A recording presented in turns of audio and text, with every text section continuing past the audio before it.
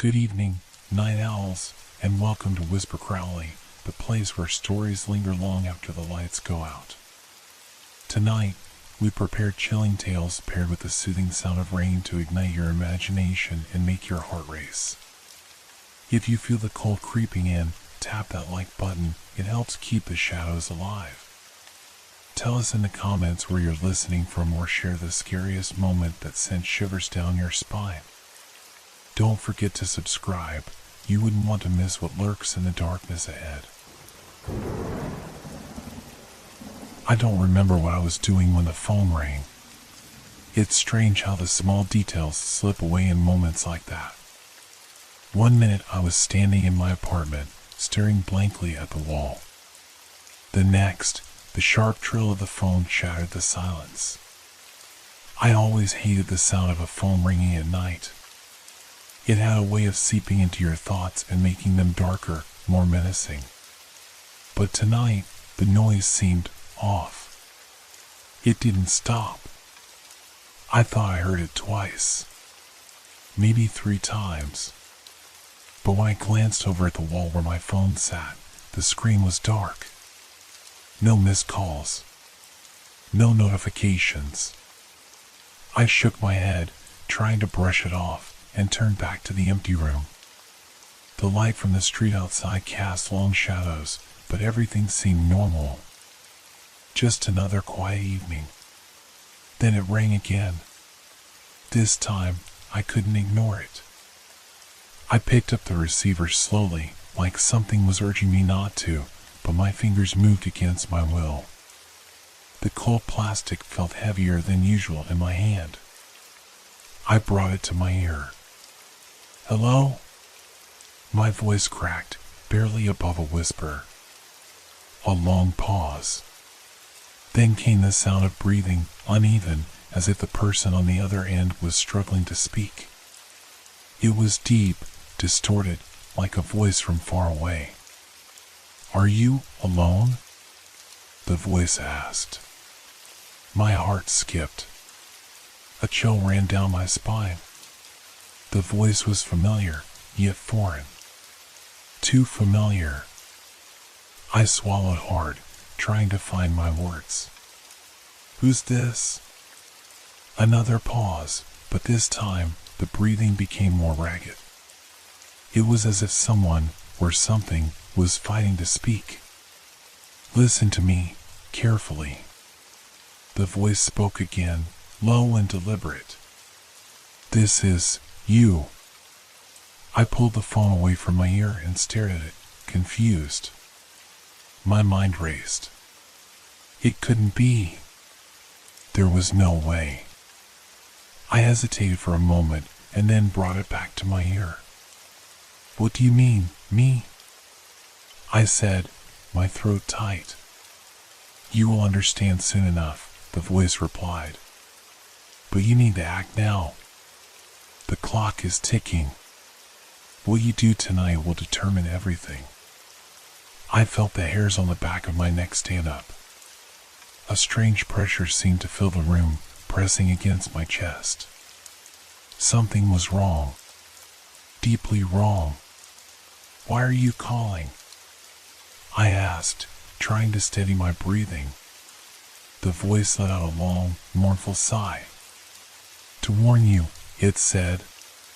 "The future, it's already set in motion. But you still have a chance to change it. But only if you listen. Only if you act quickly." The silence returned, thick and heavy. My hand trembled, gripping the phone tightly. "Where are you?" I asked.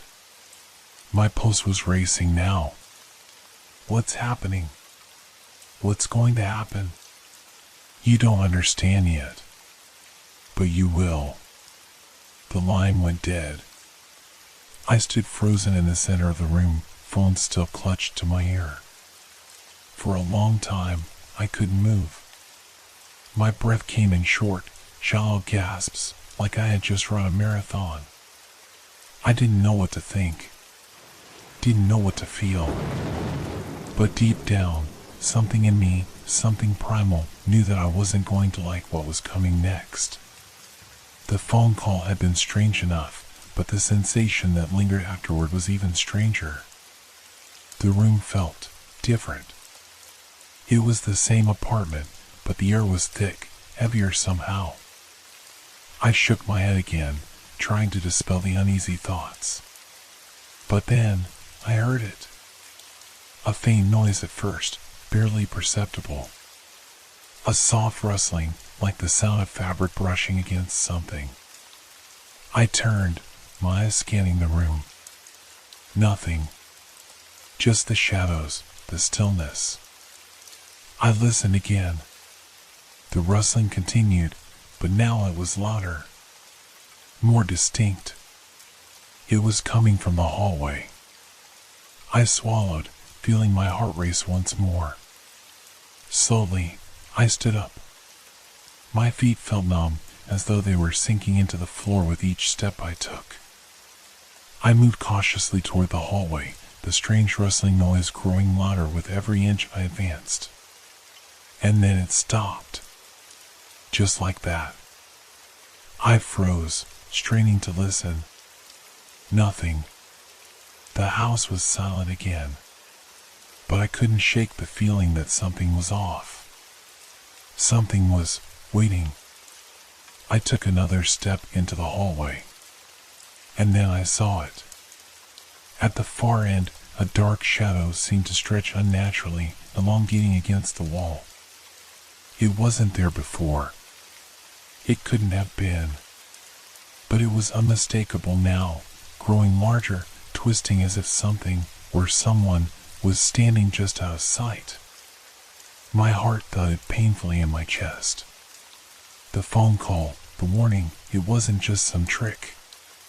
Whatever it was real. And it was happening. I didn't know what to do.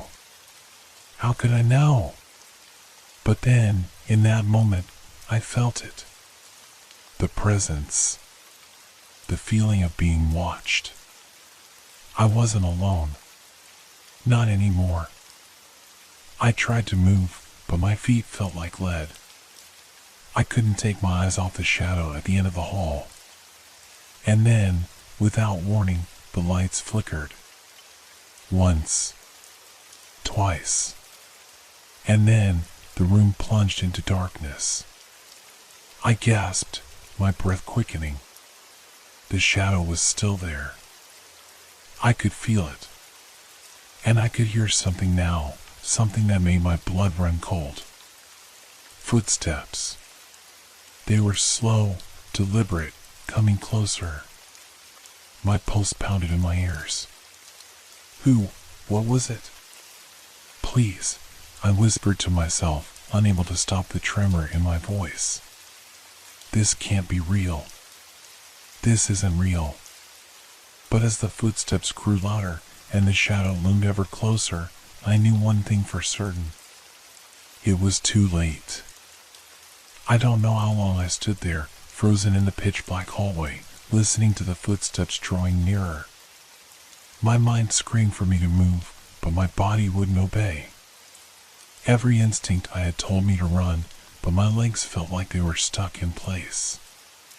The air was thick, oppressive, and it felt as though something was pushing in on me from all sides. The darkness was suffocating, as though the very walls were closing in. Then, the footsteps stopped. I felt the silence stretch out, cold and heavy, like it was pressing against me from all directions. My pulse thudded loudly in my ears, drowning out any other sound. The world felt wrong, warped. Everything seemed to shift ever so slightly, the space around me bending in unnatural ways. Who's there? I forced the words out, but they barely reached my own ears, swallowed by the surrounding darkness. I didn't know who I was expecting to hear. The voice from the phone? A stranger? Or something else entirely? No answer. Just the silence. But then, out of the stillness, came a whisper. Low. unintelligible at first, like a soft murmur in the distance. I held my breath, straining to make sense of it.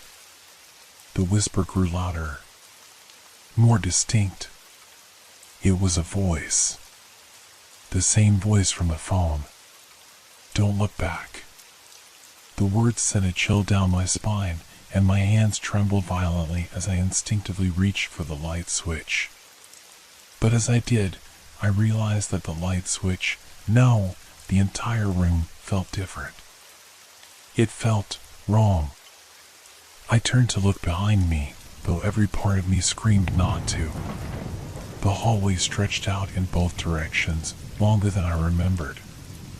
The walls seemed to ripple, the shadows twisting unnaturally. The place I had always known so well had become something alien, unfamiliar. The temperature had dropped drastically. My breath came out in invisible puffs, the air so cold it burned my lungs with each inhale. Then, at the far end of the hallway, I saw it. A figure. It stood motionless, bathed in the faint, eerie light from the street lamp outside. The figure was tall, too tall, and its features were blurred, as though it were both there and not there, existing between worlds. It was dark, a shadow without substance, its outline shifting and bending with an unnatural fluidity. I couldn't look away. I tried, but my eyes were locked onto the figure, drawn to it as if it were a magnet. And just as I thought it might move, just as I felt my body finally regain control, a voice echoed in my head. "Run." It wasn't the voice from the phone. It was my own voice, but somehow distorted, stretched thin and distant, as if coming from the future, a warning I could no longer ignore. I finally snapped into motion. My legs shot forward, and I ran. I didn't care which direction I was going, just away. Away from the figure. Away from the darkness. But as I ran, I realized something terrifying. The hallway didn't end. It kept stretching on, further and further, twisting and turning like a labyrinth. No matter how fast I ran, the walls seemed to grow longer, the hallway never narrowing into an exit.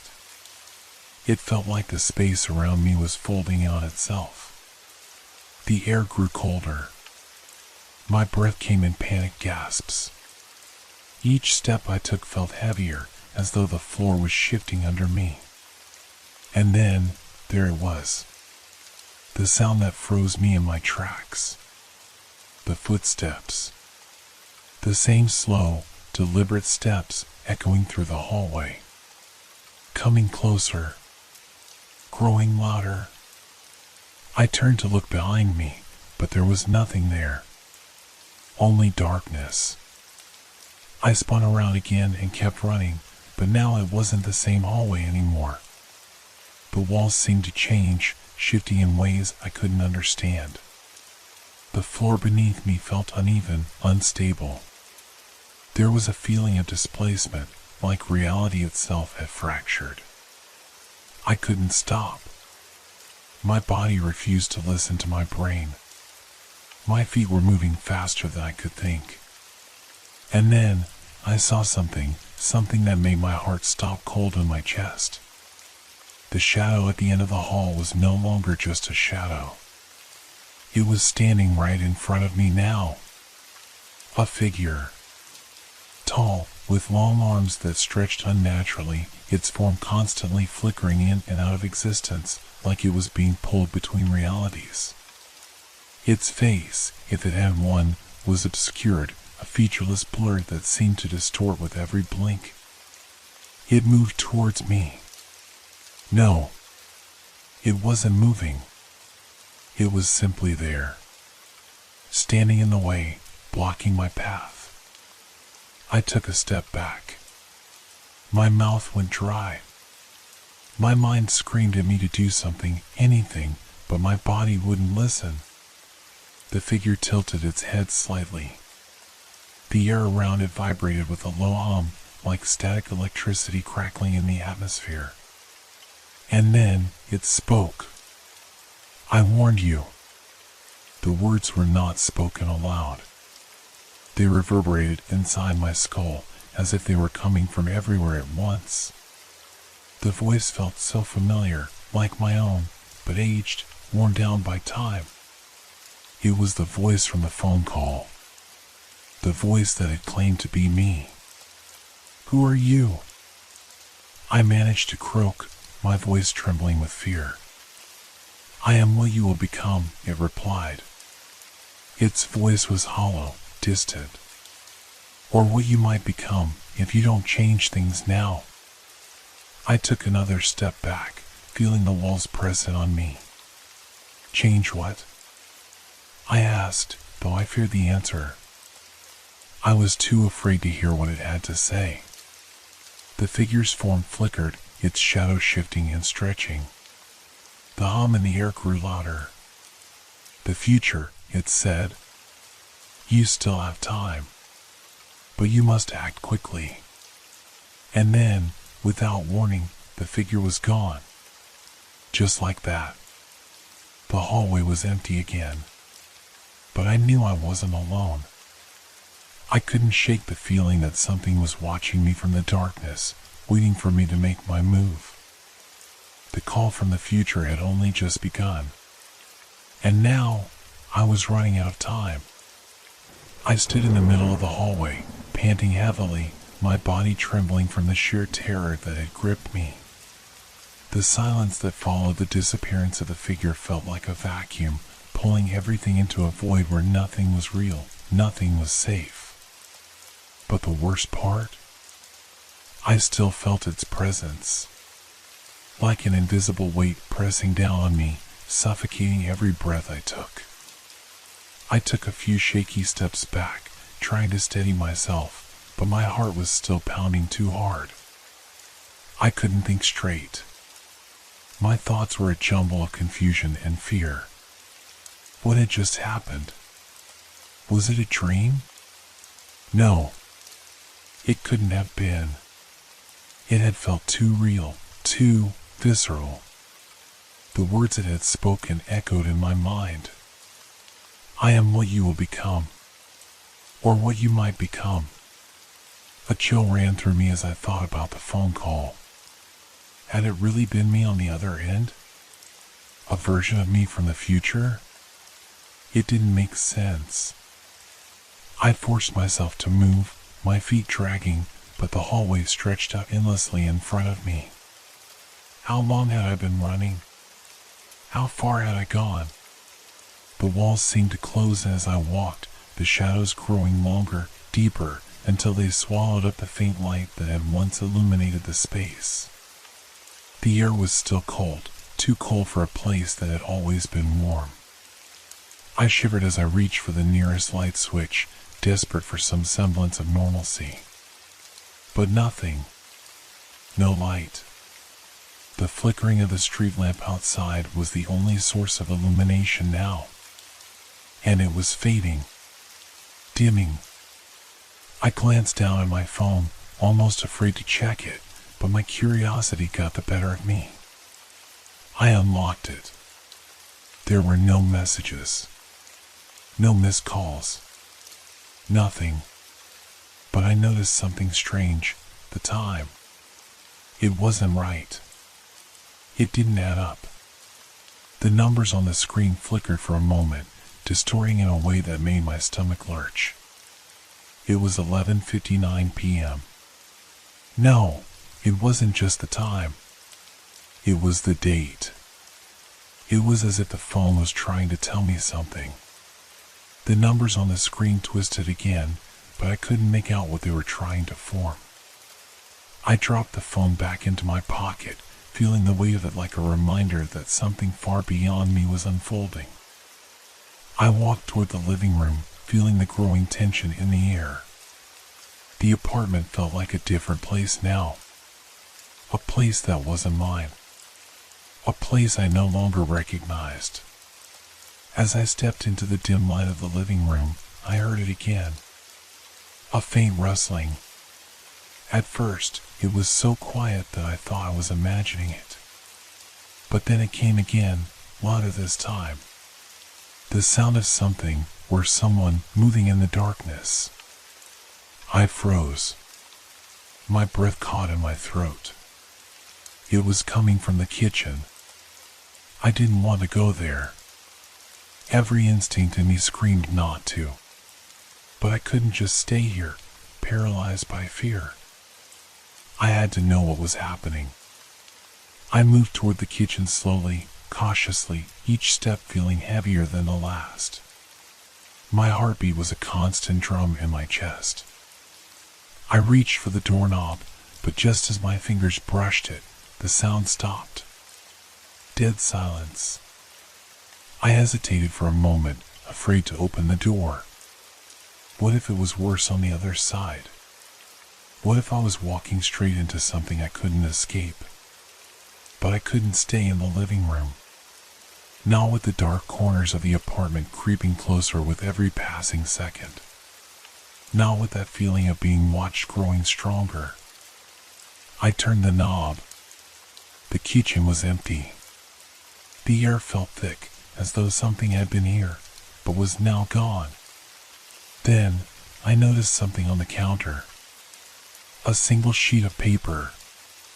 It looked out of place, like it had been dropped carelessly in the middle of the night.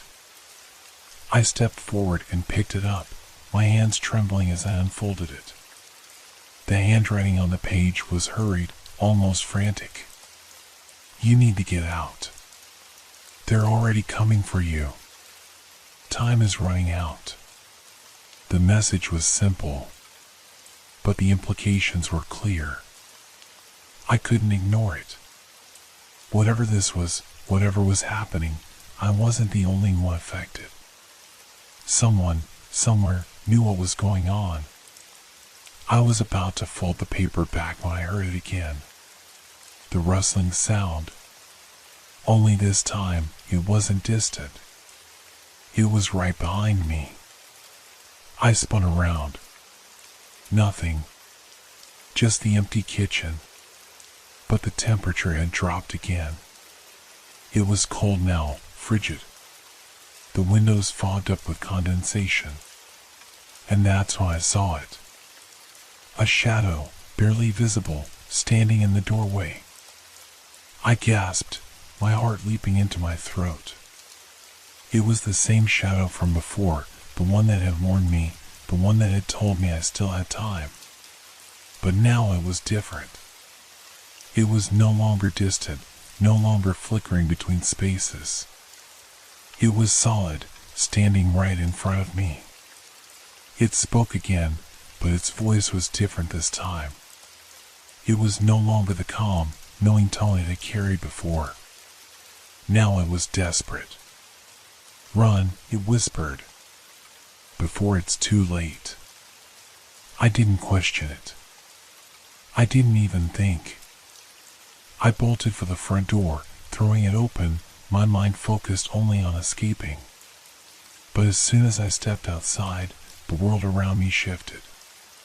The street was unfamiliar. The buildings were wrong, twisted, leaning at strange angles, as though they were part of a nightmare I couldn't wake from. The moonlight bathed everything in an unnatural glow, casting long, distorted shadows. And then, I heard it. Footsteps. But not behind me this time. In front of me.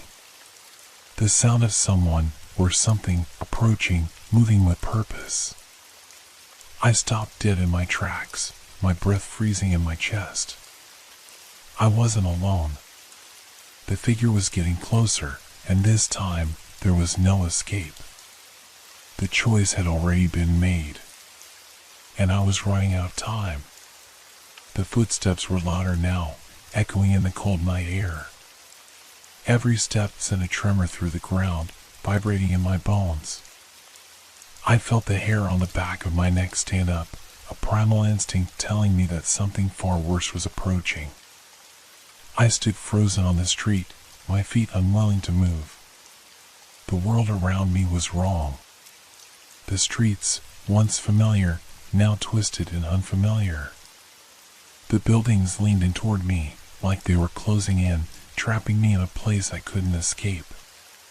The footsteps grew closer. I turned to run, but before I could take a step, a shadow appeared in front of me. It materialized out of thin air, tall and dark, blocking my path. The figure was unmistakable now. It was the same presence, the one from the hallway, the one from the phone call. I could feel it watching me, the weight of its gaze pressing against me, suffocating. I swallowed hard, trying to steady my breath, but my pulse was racing, each beat louder than the last. No, I whispered to myself. Not again. But the figure didn't move. It simply stood there, like a wall of darkness, unmoving. And then, the voice came again. "You were warned," it said, the words vibrating in my mind, like they were both inside my skull and all around me at once. The voice was no longer just familiar, it was my voice, but distorted. It sounded like the echo of someone who had lived through far more than I had, someone who had seen things I hadn't even begun to understand. "You still have a chance," the figure continued. "But the choice has to be made now."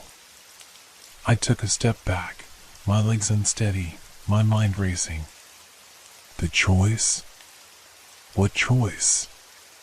What was this thing asking me to do? The figure didn't answer, only remained there, its presence like a heavy weight in the air. It was as though it was waiting for me to figure it out on my own, as if the answer was something I already knew. A cold breeze stirred, carrying with it a faint, almost imperceptible whisper, like the wind itself was speaking. "You can't run from what's coming." I clutched my arms around myself, trying to hold onto something stable, something real. The cold, the dark, the fear, all of it was swirling together, making it hard to breathe. I knew, deep down, that I couldn't outrun this, that I couldn't escape whatever was about to happen. The call from the future, the warnings, the shadows, they weren't just some bad dream. They were real. And they were closing in on me. "Do you want to change it?" The voice asked, its tone almost like an invitation. "Do you want to rewrite what's been set in motion?" The question hit me like a blow. Change it? How could I change it? I didn't even understand what was happening. The world around me felt like it was starting to shift again. The streets flickered in and out of focus, like a broken film reel, and the figure before me seemed to ripple, as though it, too, was being pulled in multiple directions at once. I tried to speak, but my throat was dry, my words stuck. I wanted to shout, to demand answers, but I couldn't. The fear had rooted me in place, my mind too overwhelmed to process everything that was happening. But then, the figure stepped forward. It didn't move like a person, not at all. It glided, its feet never truly touching the ground, and yet it advanced with purpose. "You can't keep running," it said.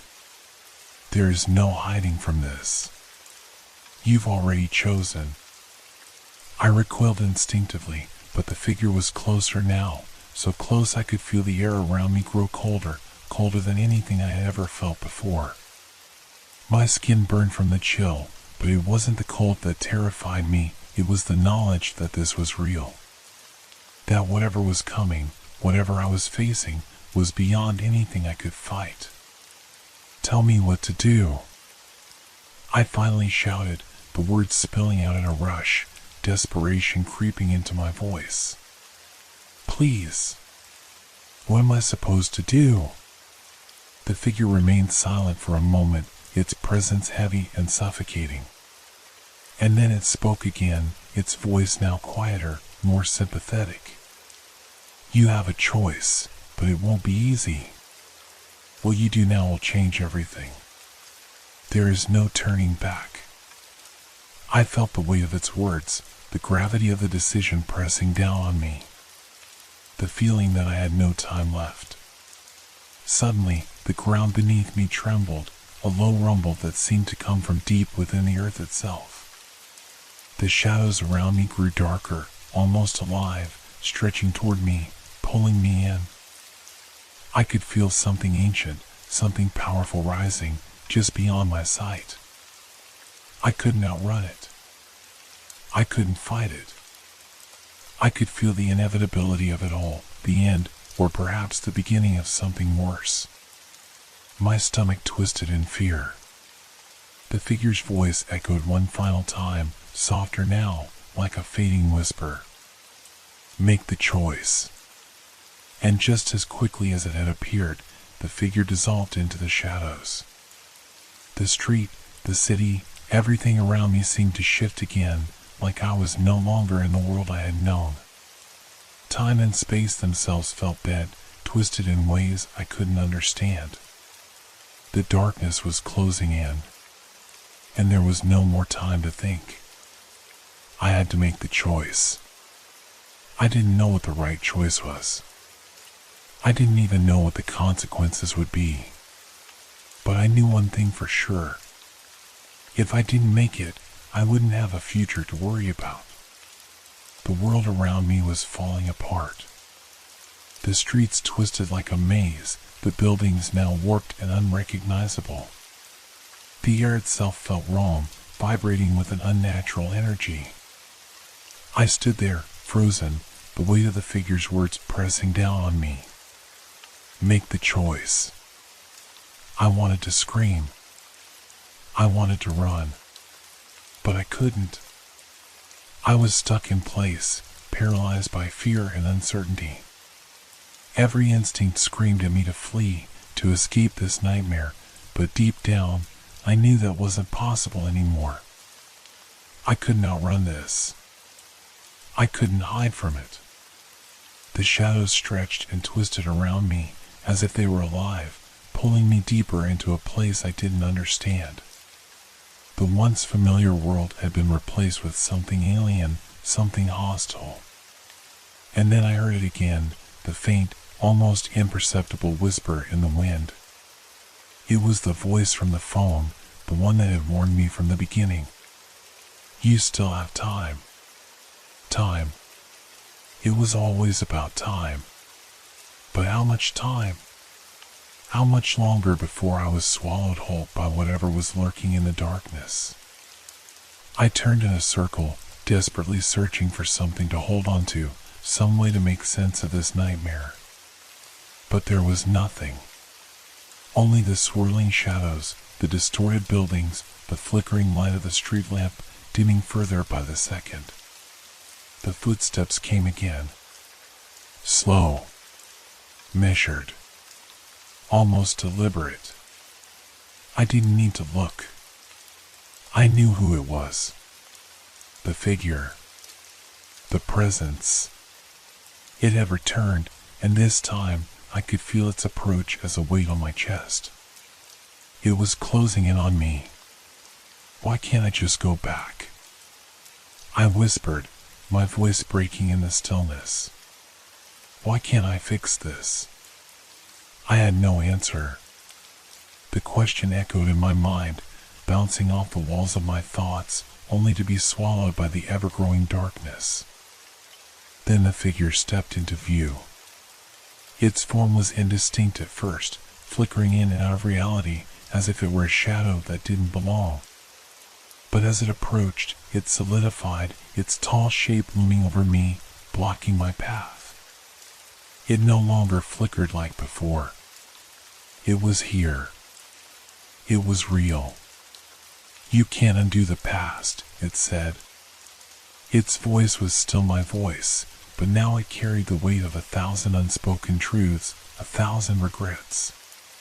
But I can change it, I said, almost to myself. I can choose.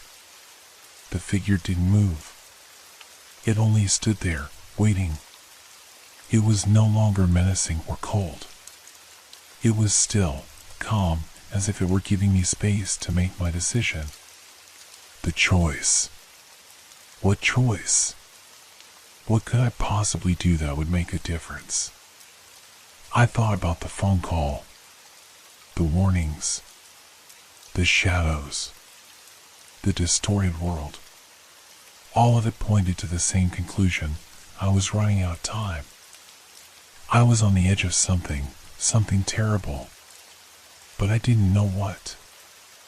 I took a step back, then another. My eyes darted around, looking for any escape, any way out of this. But the world was closing in on me. The shadows were reaching, the darkness was suffocating.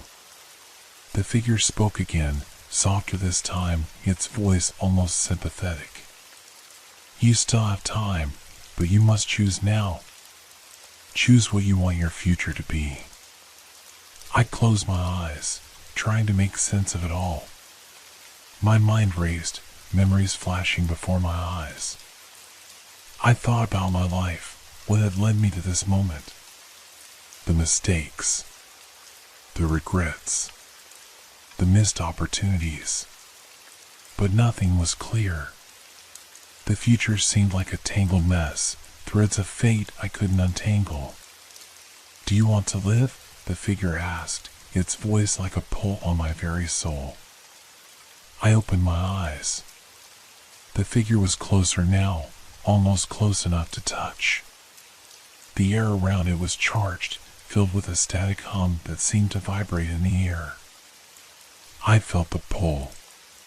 It was as if the universe itself was asking me to decide, asking me if I was willing to face whatever was coming. If I was willing to rewrite my story, to change the course of my life. Tell me what to do. I shouted, my voice breaking. Please, just tell me. The figure tilted its head, as though it were studying me, weighing my words. Then it spoke, its voice soft but firm. You already know what you need to do. The question is, will you have the courage to do it? A wave of cold washed over me. The world seemed to blur, like everything around me was slipping out of focus. I could feel my heart beating faster, the fear rising in my chest. The choice.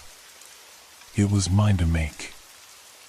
I realized then that there was no right or wrong decision.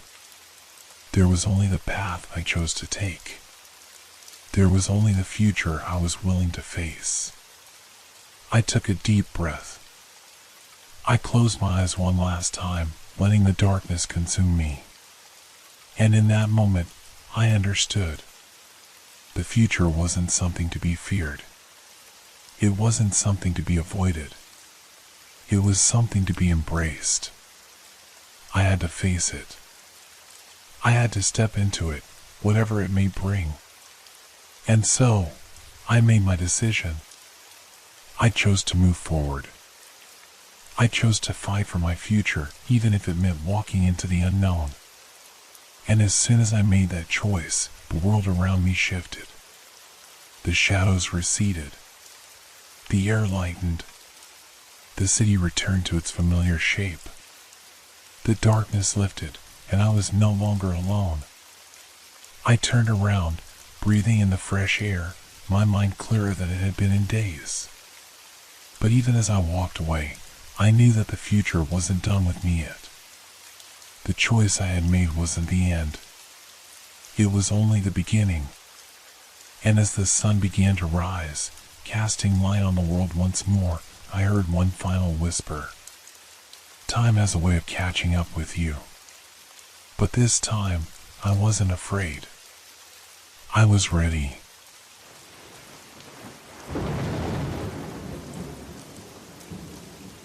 Have you ever looked at a photo and noticed something strange, something out of place, but couldn't quite put your finger on it?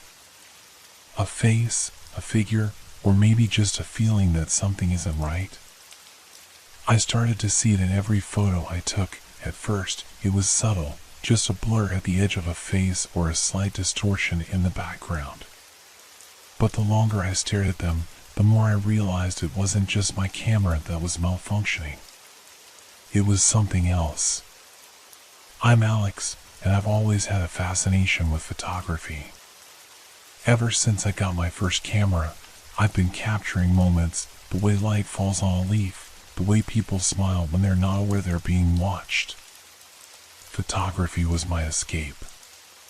It was how I understood the world around me, how I connected with it. But lately, something had changed. It all started a few weeks ago. I was at a local park, taking a few shots of people walking by, families sitting on benches, the usual scenes.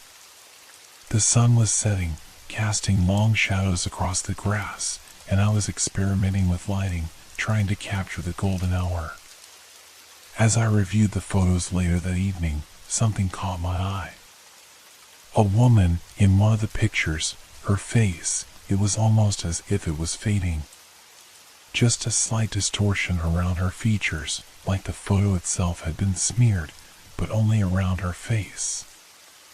I shrugged it off at first. Maybe I had accidentally bumped the lens or moved too quickly. It wasn't until I took a second photo of another person and the same thing happened that I started to feel uneasy. The faces in my photos were blurring. At first, it wasn't drastic, just a soft smudge, like a smear of fog. But the more photos I took, the worse it became. Faces began to look warped, unrecognizable. I thought about the camera again, tried cleaning the lens, adjusting the settings, but nothing worked.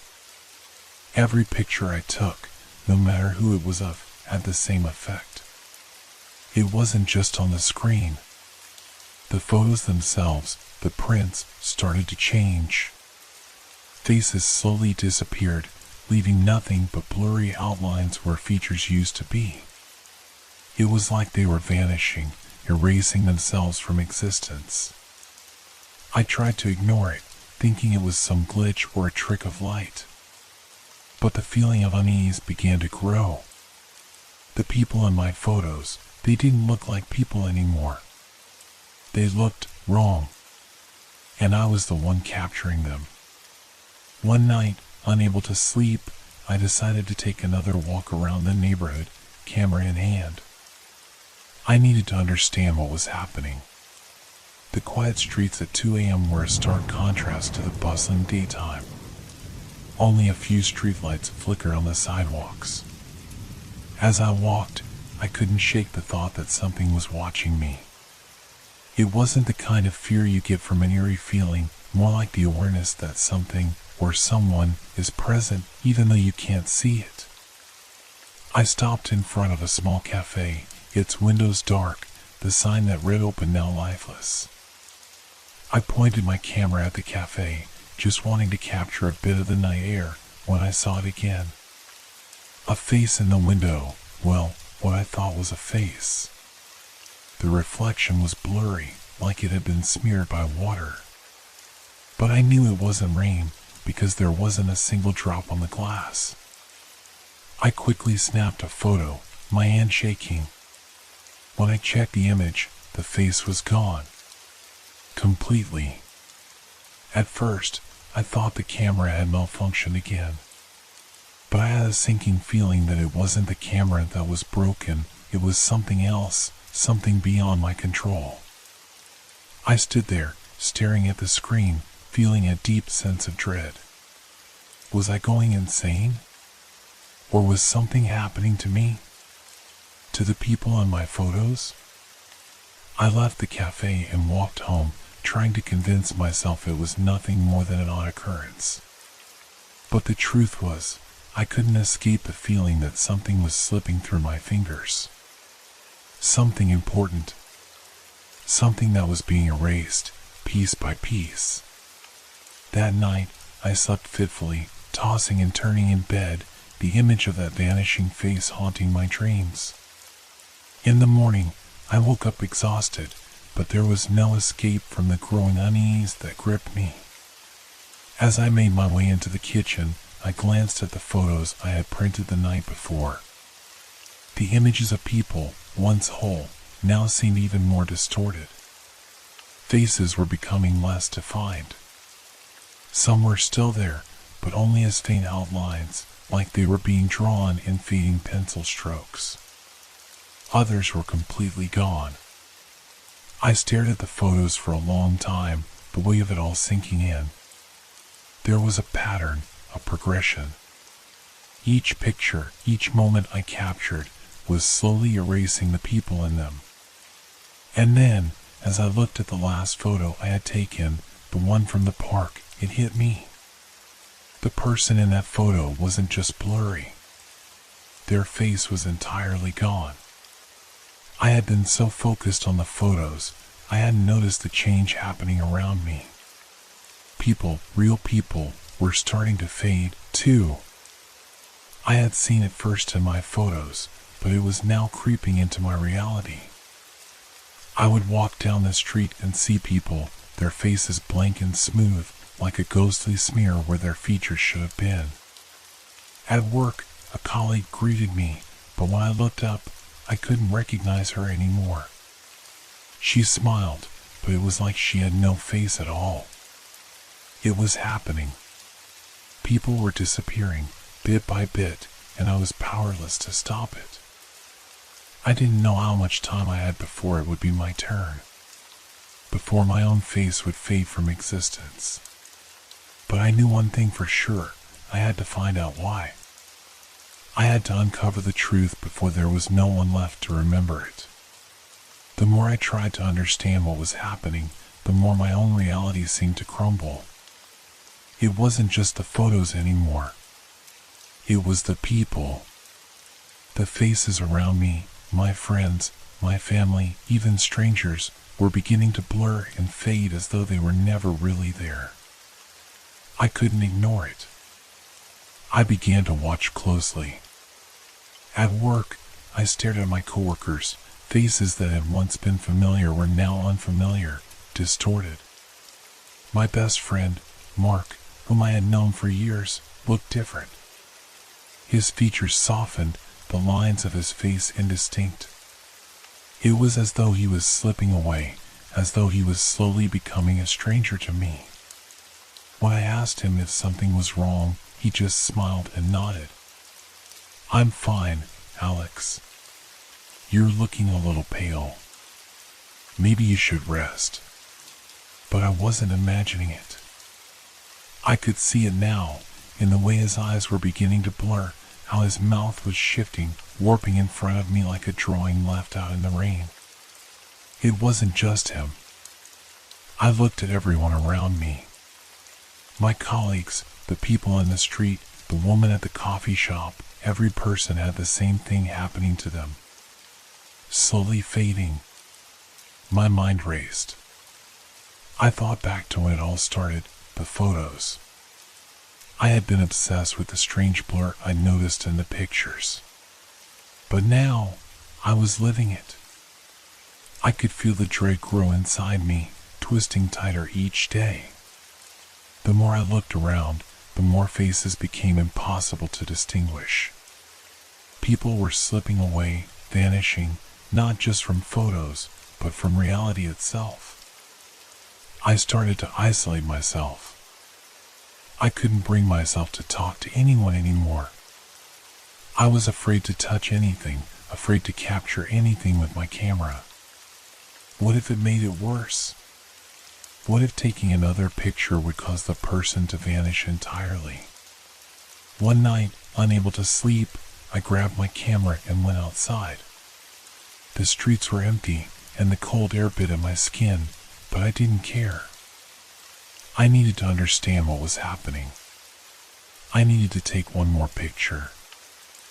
I found a street lamp near my apartment and pointed my camera at it, hoping that just focusing on something solid would steady my shaking hands. I took a photo, then reviewed it. The lamp was fine, but in the background, a figure was walking toward me. A man, his face already fading, his outline softening as though he were made of smoke. I zoomed in on the man. His features blurred before my eyes. His eyes, his nose, his mouth, disappearing, vanishing like the photo I'd captured a moment of pure nothingness. I dropped the camera, my heart pounding in my chest. My stomach twisted. I wasn't imagining it anymore. It was real. People weren't just fading from my photos. They were fading from reality. I turned around, hoping the man would just be gone, but he wasn't. He was still there, slowly walking toward me, his face a featureless blur. "No," I whispered. "No, this can't be happening." I turned and ran, not looking back, only hearing the sound of my own footsteps on the pavement, mingling with the quiet echoes of something distant, something following me. I made it back to my apartment, heart racing, hands trembling. I slammed the door shut, locking it behind me. I looked at the clock. It was past midnight. The phone rang. I froze. No one ever called me this late. I had stopped talking to most people days ago. My hands shook as I reached for the receiver. "Hello?" I asked, my voice barely above a whisper. For a long moment, there was nothing but silence on the other end. Then, a voice, familiar but distant, hollow, spoke. "Alex, it's me." I nearly dropped the phone. The voice was my own, but not quite. It sounded like me, but there was something different about it, something wrong. I took a deep breath. "What's happening?" I asked, my voice cracking. "What's going on with everyone? With the photos? Why are people disappearing?" The voice on the other end was calm, but there was an edge to it, like it had seen things I couldn't begin to understand. "It's happening to you too, isn't it? You can feel it. You're fading." I stumbled backward, my hand gripping the phone tighter. "What do you mean, fading?" "You won't see it at first," the voice continued, "but you will feel it. The more you look, the more you'll see. It's not just the photos. It's you too. Everyone around you. You're losing yourself, Alex. Losing your identity." I was trembling. "Why? What's causing it?" The voice was quiet, almost too quiet to hear. "It's something beyond us, something we can't fight. It feeds on the sense of self, the recognition of who we are. The more we try to hold on to it, the more it takes." I felt a coldness seep into my bones. "So there's nothing I can do?" A pause, and then the voice whispered, "There's always a choice. But the price, it's not something you'll be willing to pay." The line went dead. I stared at the phone, the silence pressing in on me. It wasn't just the people around me who were fading. It was me too. I could feel it, a slow sinking sensation, like my body was slowly becoming transparent, like I was slipping out of existence. But why? How? What had caused this? I put the phone down, my thoughts racing. I needed to figure out what was happening before it was too late. Before I was gone completely. But the question still lingered, echoing in my mind. What was the price? I didn't sleep that night. I couldn't. The voice, my own voice, still echoed in my mind. "You're losing yourself, Alex. You're fading. How could that be possible? How could I be slipping away, becoming a part of this strange, silent disappearance?" I had to do something. I had to stop it. But where could I even begin? I was grasping at straws, trying to find a thread of logic, something that could explain what was happening. The photos, the faces, everything was connected. The more I thought about it, the more I realized that the first person to disappear in my photos wasn't just a random stranger. It was someone I knew, someone close to me. Mark. I had to find him. If anyone could help me understand, it was him. We had been through everything together. He had to know something. Anything. I grabbed my jacket and rushed out the door. The air was colder than usual, like it was holding its breath, waiting for something to happen. As I walked to his apartment, I kept checking my surroundings, half expecting to see faces melting away in front of me. But everything looked normal, at least for now. I arrived at Mark's building and rang the buzzer. No answer. I rang again. Still nothing. My pulse quickened. I felt that familiar feeling of unease, that creeping dread that something wasn't right.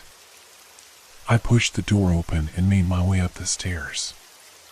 Mark's apartment was on the second floor. The hallway was dimly lit, the light flickering as if the building itself was unsure of what was happening. I knocked on the door, knocking harder when there was no response. "Mark?"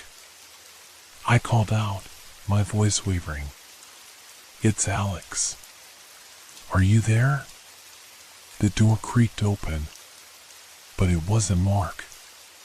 It was his neighbor, Mrs. Thompson, a woman in her late 60s who always wore thick glasses and had a pleasant smile.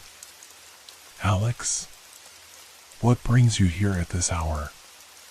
Her voice was cheery, but I noticed her eyes were wide, almost frantic, like she had seen something she couldn't quite comprehend. "I'm looking for Mark," I said, trying to hide the tremor in my voice. "Have you seen him?" Mrs. Thompson's expression faltered for a moment. Then she slowly shook her head. "No, dear. He hasn't been home. I haven't seen him for a couple of days, actually. I thought he was just busy, but, I've been hearing strange things lately." My stomach dropped. "What kind of strange things?" She looked around nervously, then leaned closer to me. "I don't know how to explain it. The other day, I saw him in the hallway. He looked different. Like his face wasn't his face anymore. I'm not sure how to describe it, but it was like he wasn't really there, like he was fading away." I felt my heart skip a beat. "You're saying his face?" "Yes," she whispered. And then the next day, he didn't answer his door. His apartment was locked, but I could hear something inside. Something scraping against the walls. Like fingers dragging down the paint. I took a step back, my breath shallow. "Where is he now? Do you know?" Mrs. Thompson's face turned pale. She looked over her shoulder, as if checking to see if anyone was listening. "I don't know, Alex. I don't know where anyone is anymore." Before I could ask more, the apartment door slammed shut in my face. I stood there for a moment, unsure of what to do. I had to get inside Mark's apartment. I had to see for myself if he was really gone, if he was part of this nightmare. I ran downstairs to the back entrance of the building. It wasn't locked. I knew I was taking a risk, but I didn't care. I had to find out what was happening. The apartment was on the second floor, but when I reached it, I hesitated. The door was slightly ajar, a thin sliver of darkness beyond. I could hear something soft, like a whisper. Or was it the sound of something dragging across the floor? I pushed the door open. The apartment was dimly lit, the air heavy with the scent of something stale, like old paper. Mark's things were still here, his books, his couch, his old guitar. But there was something off about it. Something wrong. The room felt empty, as though the walls themselves were starting to forget the person who had lived here. I stepped further into the apartment, my eyes scanning the space. I noticed a photo on the table Mark and I taken years ago at a concert. I stared at it. His face was clear, vibrant. But as I looked closer, I saw it. The edges of his face were beginning to blur, just like the people in my photos. I rushed over to the window, pulling back the curtains. And that's when I saw it. On the street below, a figure was walking slowly, its face completely gone, just a smooth, featureless blur. It was Mark. I rushed out of the apartment, following him, but when I reached the street, he was gone. Vanished. There was no trace of him. No sign that anyone had ever been there. I collapsed on the curb, my mind reeling. Mark had disappeared. Completely. And it was happening to me too. I could feel it, slowly, but surely, I was starting to fade. I pulled my phone from my pocket, dialed Mrs. Thompson's number, but there was no answer. It was as if the world was becoming quieter, emptier. The more I thought about it, the more I realized I was losing not just the people I knew, but my connection to them. I was losing the recognition, the acknowledgement of who they were. And with each passing moment, I was slipping further into the same fate. I had to find a way to stop this. But the question that haunted me remained, what would it cost? I had to act fast. The fear was consuming me, gnawing at my insides like a hunger I couldn't satisfy. Mark was gone. Mrs. Thompson was talking about strange things, but I wasn't sure if I could trust her anymore, if anyone could be trusted. It wasn't just the faces disappearing. It was everything. The world was slipping, like the edges of reality were being worn down by an unseen hand.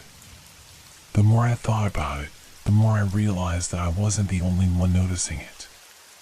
There had to be others out there, people who had experienced the same thing, but I couldn't find anyone who understood. It felt like the world had become too strange, too distant. I thought back to the phone call from my future self. "You're fading," it had said. I was slipping into oblivion, slowly but surely, and there was nothing I could do to stop it. But the price, what was the price I had to pay? It wasn't just about saving myself anymore. It was about stopping this thing from spreading, stopping it before it consumed everything, before everyone faded out of existence. But how? I decided to go to the place where it all started, the place where the first photo I had shown a blurry face, the place where I had first noticed the strange phenomenon.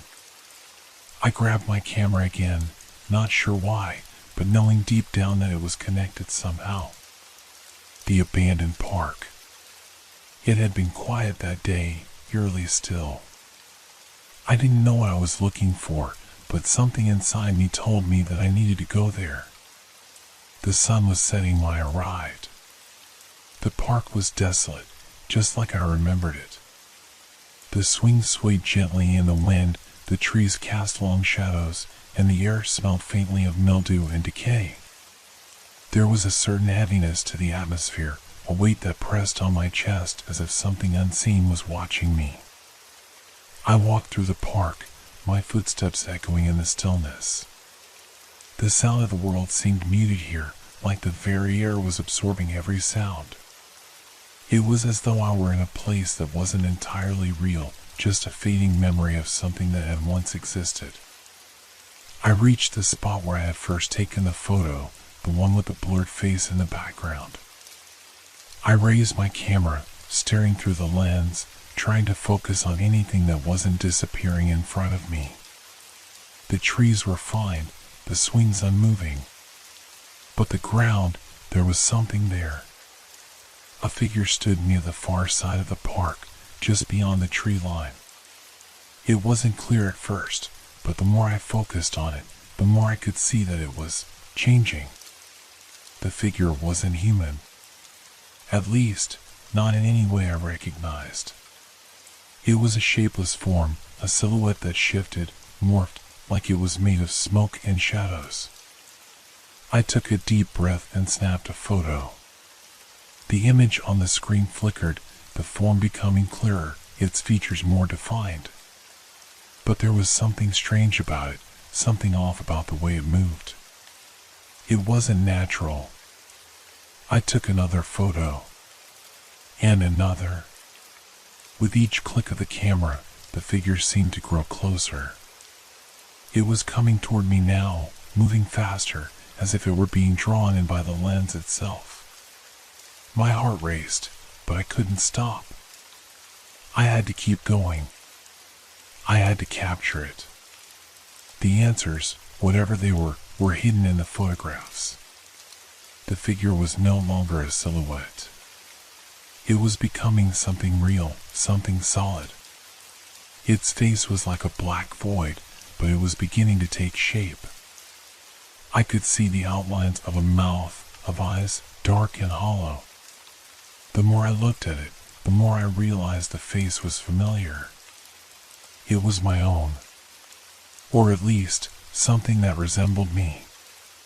The eyes were hollow, the mouth stretched into a twisted smile, as though it had been pulled apart unnaturally. It was me, but not me. I dropped the camera, my hands shaking. The figure was so close now that I could hear the faint sound of breathing, or something like it. It was heavy, labored, as if it too were struggling with its existence. I wanted to run, but my legs felt like they were rooted to the ground, trapped in some unseen grip. I couldn't move. My pulse hammered in my ears. Then it spoke. "Aren't you tired, Alex?" The voice was guttural, familiar, yet twisted in a way that made my skin crawl. Tired of fighting it? Tired of trying to hold on? I opened my mouth to respond, but no sound came out. It knew me. It knew everything about me. It knew how desperate I had become, how I was struggling to hold on to a reality that was slipping away. "You're fading, Alex," it said again, this time with more force. "Everything you know, everything you are, it's fading. You can't stop it. You can't stop me." The air around me grew colder, heavier. The figure's face seemed to melt and reshape, like it was trying to pull itself together, trying to remind me of something I couldn't quite grasp. But the more I stared at it, the more I realized this wasn't just some strange manifestation. This was something else, something far worse. It was a reflection of what I was becoming, what I was losing. "You don't belong here anymore," it whispered, its voice like the rustling of dead leaves. "You don't belong in this world." Suddenly, the air shifted, and a cold gust of wind swept through the park, pulling the figure back into the shadows. It disappeared in an instant, leaving behind nothing but an oppressive silence. The world felt wrong, like it was bending under the weight of something unseen. I was left standing there, breathless, staring at the place where it had been. The photograph I had taken lay discarded on the ground, the figure still visible, just a shadow in the frame. But I couldn't bring myself to look at it again. Not now. My mind was spinning, each thought a thread tangled in the growing chaos of my perception. What had I seen? What was that thing? Was it a part of me? Or was it something else, something that existed beyond the edges of my reality? The feeling of loss grew stronger as I realized the truth. This wasn't just happening to Mark. It wasn't just happening to Mrs. Thompson. It was happening to me. The world was changing, and I wasn't sure if I could stop it. I wasn't sure if I even should try. I reached for my phone, fingers trembling as I dialed the number I had been avoiding. My own number. Maybe, just maybe, I could reach the future me, the one who had warned me. Maybe I could get some answers before it was too late. The phone rang once, twice. And then, finally, a voice answered. Alex, it was my voice, but older, withered by time. You've come to the end, haven't you? You've realized that there's no going back. I felt a chill run down my spine. What's happening to me? What's happening to all of us? The voice on the other end sighed, a sound that seemed to carry the weight of years. It's already too late. You can't stop the fading. You can't fight it, Alex. We are all just echoes, shadows of something that no longer exists. There's nothing left to save. My breath caught in my throat. But I don't want to disappear. I don't want to fade away. I know, the voice replied. But sometimes we don't have a choice. The more you fight, the harder it gets. You just have to let go. The line went dead. I stood there, staring at the phone, my heart pounding. The wind picked up again, rustling the leaves around me. The world seemed quieter now, as if it were holding its breath, waiting for something to happen. Waiting for me to disappear. And then I understood. There was no escape. There was no way to fight it. I was already gone.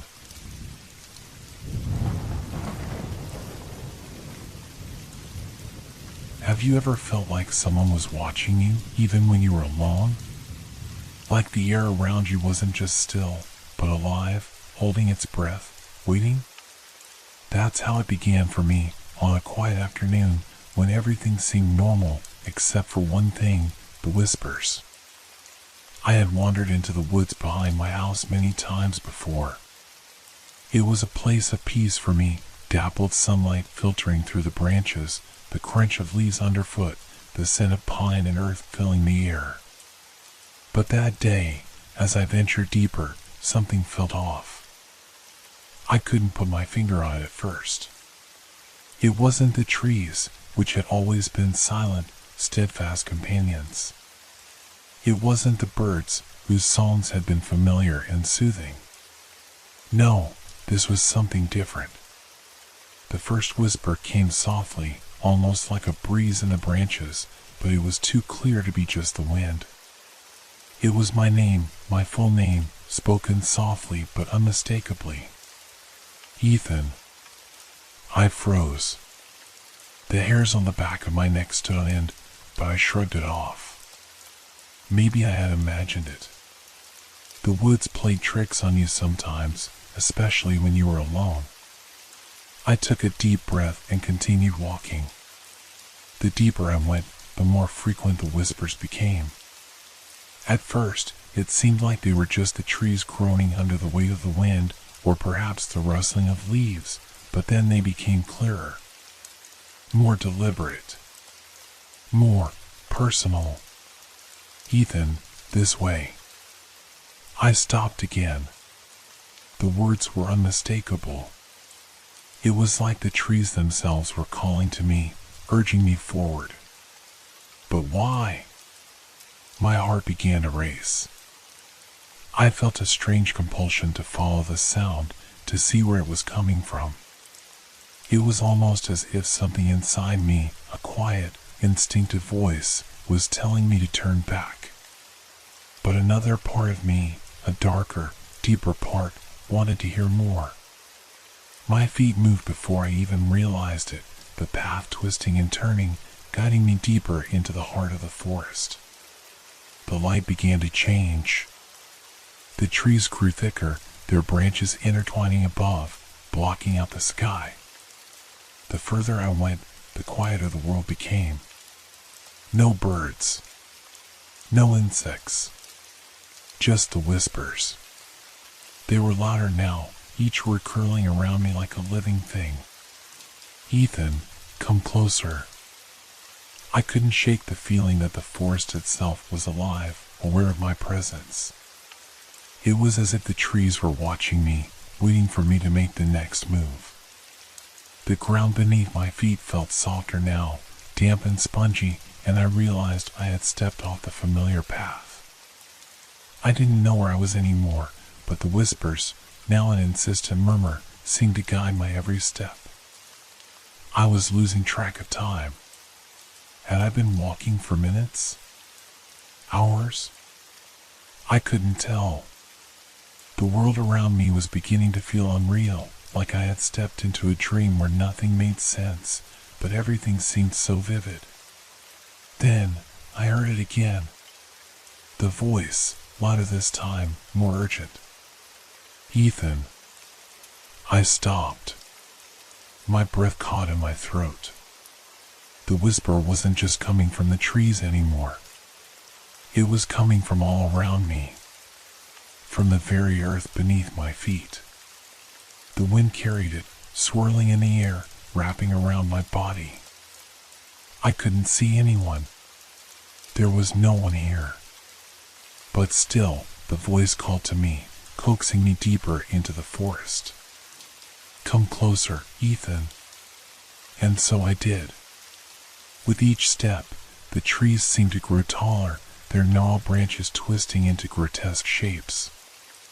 The path ahead became obscured by thick undergrowth, but the whispers, persistent, beckoning, kept me moving forward.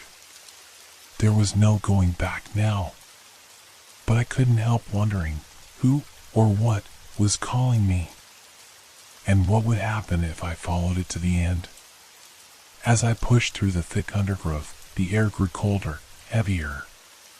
The once familiar sounds of the forest, the rustling of leaves, the distant chirp of birds, had all but disappeared, replaced by an oppressive silence. The only sound now was my own heartbeat, thumping louder and louder in my ears, competing with the soft whispers that seemed to echo in my mind. I couldn't tell how much farther I had walked. The trees around me had changed. The trunks were thicker now, their bark twisted and scarred, as though they had endured centuries of storms. Their roots sprawled across the ground like fingers reaching out, trying to grasp at anything within their reach. It felt as though the forest was alive, and I, just a tiny speck, was at the mercy of something ancient, something far beyond my understanding. Come closer, Ethan.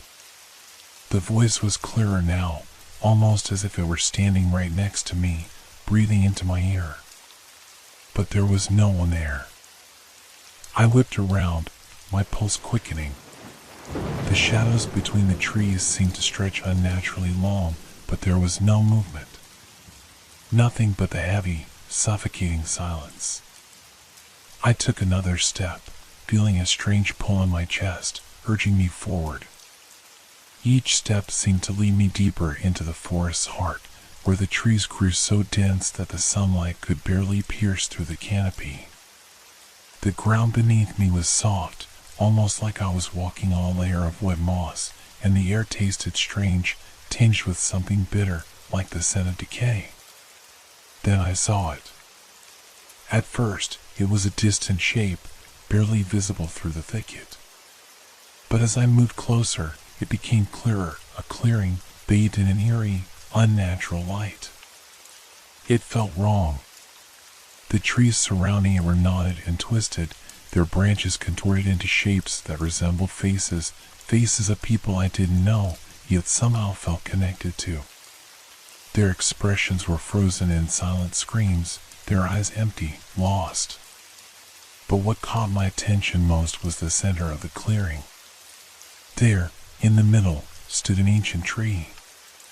Its bark was darker than the rest, blackened as if burned by some terrible fire. Its roots seemed to stretch outwards like tendrils, twisting in every direction, weaving into the very fabric of the earth. And from the tree, no, not from the tree, but from within it, came the whispers. Louder now. More insistent. More desperate. Come closer, Ethan. It's waiting. I couldn't resist. My body moved on its own, as if the forest itself had taken control of me, guiding me forward, step by step, until I stood at the base of the tree. The whispers now surrounded me, vibrating in my chest, in my mind. They were louder than anything I had ever heard, overpowering, suffocating. I reached out, trembling, drawn to the dark bark. The moment my fingers brushed against it, a sharp, cold jolt shot through my arm, and I gasped. The whispers intensified, swirling around me like a storm. And then, I saw it. A face. A face formed in the bark, twisting out of the dark wood. It was a grotesque, distorted version of a human face, its eyes wide and hollow, its mouth open in a silent scream. It was the face of someone I didn't recognize, but at the same time, I felt I knew them. The face was mine. I stepped back, my heart hammering in my chest. My breath came in shallow gasps as the whispers grew louder, the wind picking up, swirling around me, pushing me toward the tree. But then, I felt it, the unmistakable feeling of being watched. I turned quickly, my eyes scanning the trees. The shadows moved. No, not just moved. They were shifting, coming closer. Figures, vague and indistinct, were emerging from the darkness, taking shape as they approached. Their faces, blurry, indistinguishable, shifted between forms, as if they were trying to remember who they were. I turned back to the tree, panic rising in my chest. The face in the bark was still there, staring at me, its hollow eyes unblinking. The whispers now seemed to be coming from the tree itself, but not just the tree, everything around me. The wind, the ground, the sky. All of it was calling my name, urging me to stay, to surrender. I took a step back, my heart racing. Something was wrong, so terribly wrong. I knew I had to leave, but I couldn't tear myself away. The forest had already wrapped its tendrils around me, and I could feel it pulling me deeper into the heart of its dark, living mass. The figures in the shadows were closer now, moving faster, their faces twisted, silent, as if they were searching for something or someone. The air grew colder still, the whispers louder, like a chorus of voices urging me forward, pulling me toward whatever waited within the darkness. And then, through the chaos of noise and movement, I heard it again. The voice, clear as day, but now full of something darker. A promise. You belong to the forest now, Ethan. My blood ran cold. I could feel it now, the pull. Not a physical force, but something much deeper, more insidious. It was as if the forest itself had become a part of me, its roots sinking into my very bones. The air around me thickened, and each breath felt like I was inhaling something darker, something older than the earth itself. The figures were almost upon me. They moved slowly at first, as though savoring the moment, circling around me like a silent, relentless storm. The faces, those blurry, shifting shapes, were still there, just out of reach. Every time I tried to focus on them, they melted back into the shadows, their features becoming indistinct once again. It was maddening. They weren't real. They couldn't be. Yet they were there, surrounding me, their presence suffocating. The whispering grew louder. It was no longer just in my ears, it was in my mind, crawling through my thoughts, a constant buzz that made it impossible to think clearly. The words weren't even words anymore. They were images, faces, places, memories I hadn't known I had. The past, the future, all seemed to blend together. The tree before me, the one with the face carved into its bark, loomed larger, its twisted branches stretching toward the sky like skeletal fingers. And then I heard it again, that voice, clearer than ever, and it sent a shiver down my spine. You belong to the forest now, Ethan. It wasn't just a whisper anymore. It was a command, a binding force. The trees themselves seemed to shudder, their branches creaking as though in response to the words. I tried to step back, but my legs wouldn't obey. My body felt heavy, as though the forest was slowly absorbing me into its tangled roots. My vision blurred, and I could hear my pulse thundering in my ears. I was trapped. There was no escape. The figures in the shadows were closing in. The faces, they were familiar now. Each one seemed to carry a hint of recognition, like they were people I had known at some point in my life, family, friends. But their eyes, those eyes were wrong. Hollow. Empty. Their faces twisted in agony as they moved closer, their mouths opening in silent screams. One of them, no, it wasn't a person at all, stepped forward from the shadows, its form no longer indistinct. It was a woman, but not entirely.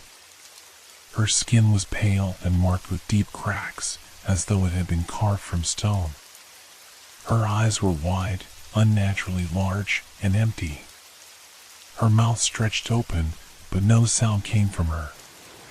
She reached out toward me, her fingers unnaturally long, scraping the air between us. Ethan, she whispered, though her lips didn't move. The voice was the same, yet colder, distant, like it had come from the very heart of the forest itself. I stumbled backward, my mind screaming to run, to get away from this nightmare.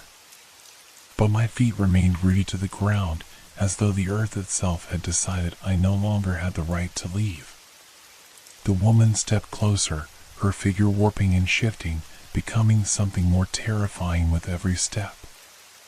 Her face began to melt, her features dripping away like wax in a fire. I could feel my heart pounding in my chest, panic surging through me, but no matter how hard I tried, I couldn't move.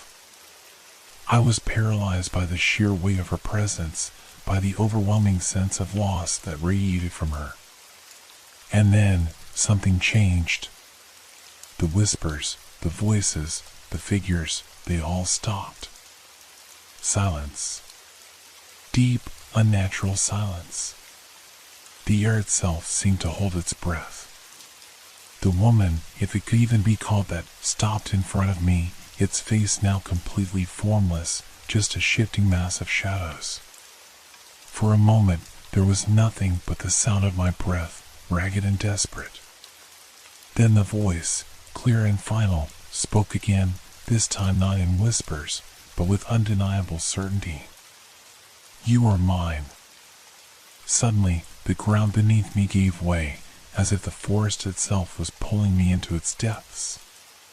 The roots that had once seemed so distant now shot up from the earth, wrapping around my ankles, my legs, pulling me downward.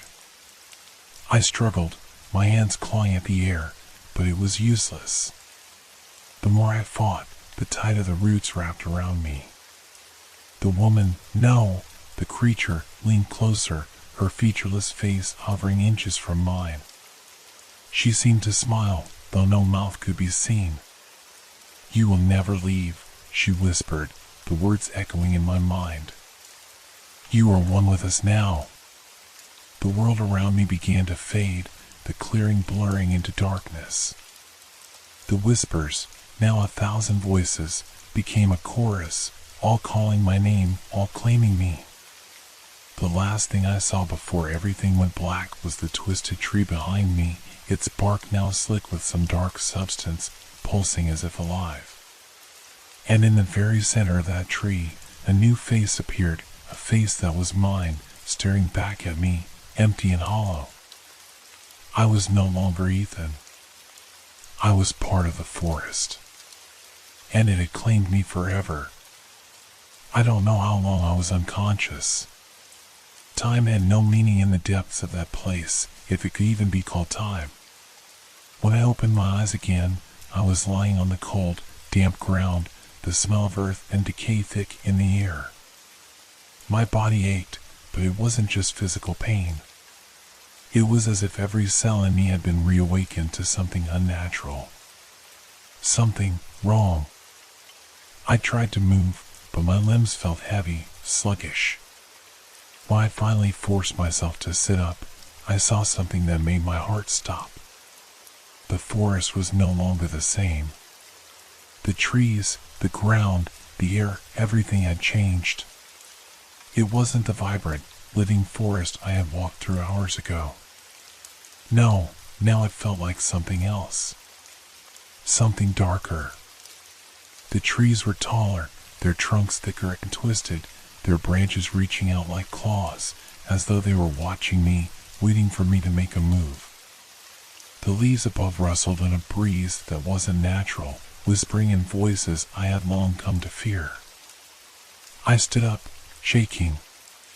My legs felt unstable, as though they weren't fully mine anymore. My thoughts were foggy, like they didn't belong in my head. And then the whispers started again, soft at first, but growing louder. The same voices I had heard before, murmuring my name. Only now, they were more insistent. They were pulling at my mind, scraping at the edges of my sanity. I tried to ignore them, to push the voices away, but the more I resisted, the more they came, invading my thoughts, drowning out everything else.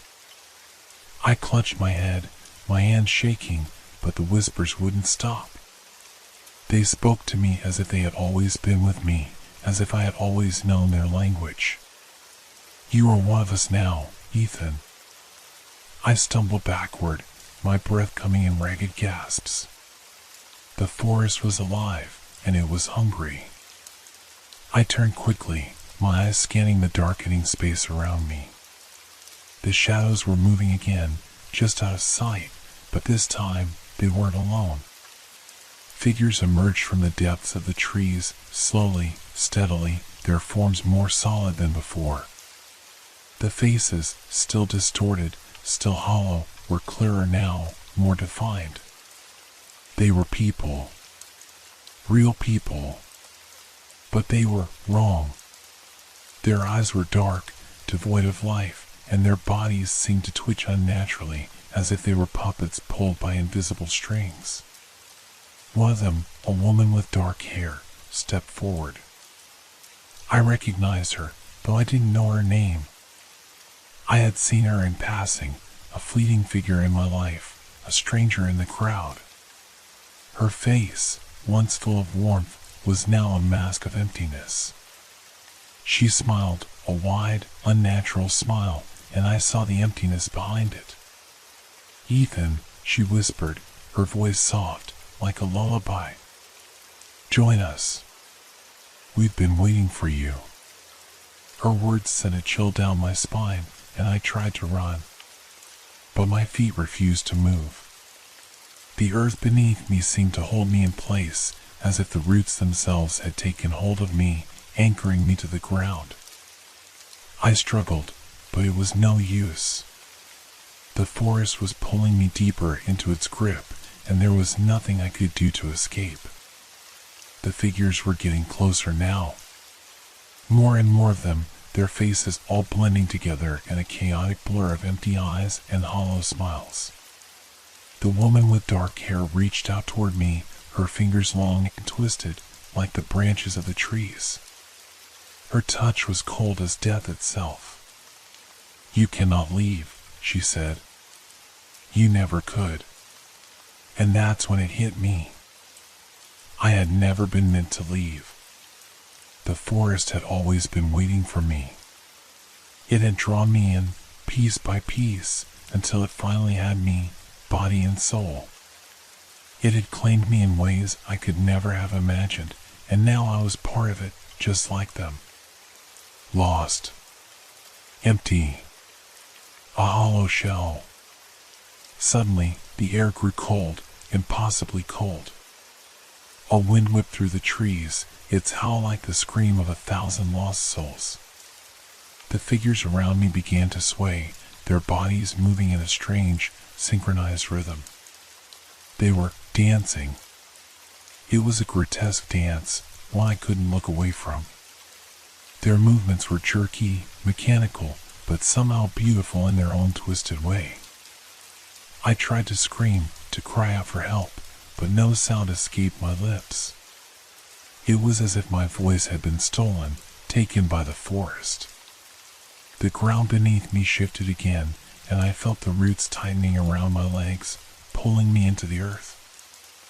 I could feel the weight of the soil pressing against my chest, the roots burrowing deep into my skin. "Welcome home," the woman whispered, her voice a fading echo in the growing darkness. "This is your place now." I fought against the pull of the earth, against the suffocating darkness closing in around me. But the more I struggled, the more it consumed me. The trees were no longer just trees.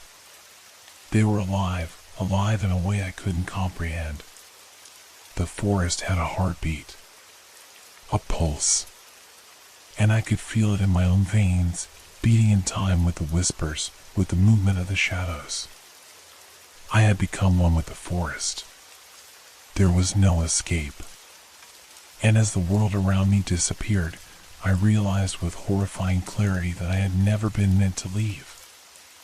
I was never meant to leave. The darkness that enveloped me wasn't just physical, it was a presence, something that weighed down on my soul.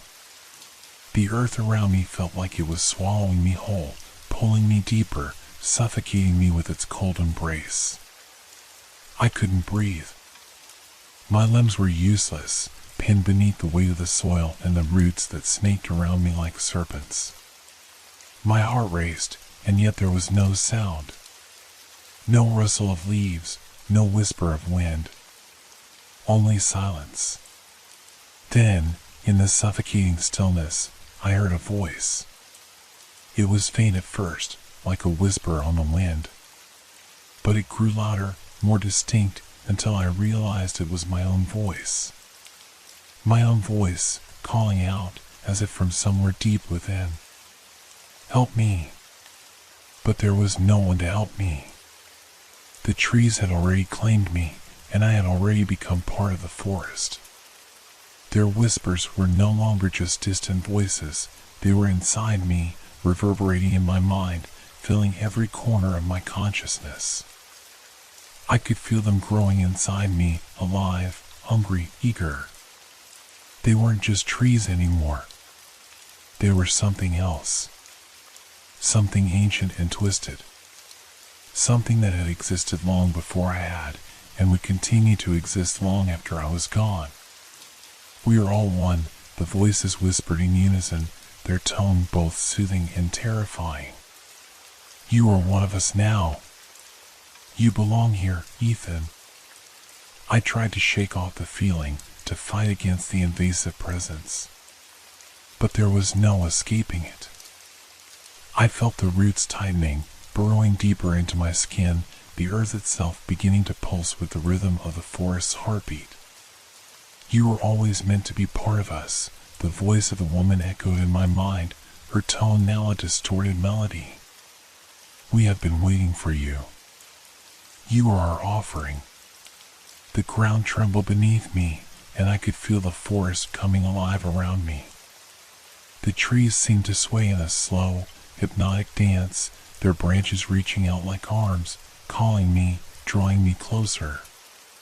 Their faces, those hollow, distorted faces, appeared in the trunks of the trees, their eyes glowing with a faint, unnatural light. I could feel myself slipping away. My mind, my body, everything was slipping from my grasp. The whispers were too loud now, too overwhelming. They filled every thought, every corner of my mind, until there was nothing left of me. Nothing but the forest. The woman's face appeared before me, her smile wide and eerie. "Do you understand now?" she asked, her voice soft and melodic. "You are no longer Ethan. You are part of something greater. You are the forest." I wanted to scream, to fight, but I couldn't. The roots had completely overtaken me, wrapping around my chest, my arms, my neck. They were inside me now, pulsing with the same rhythm as the heartbeat of the trees. There was no escaping it. There was only the forest, and I was now its prisoner. And then, in the quiet, in the stillness, the final realization hit me. There was no escape. Not now. Not ever. I wasn't just trapped in the forest. I had become part of it. I was one of them. The trees, the whispers, the faces, they were all me. And I was them. The forest would never let me go. It had been waiting for me all along.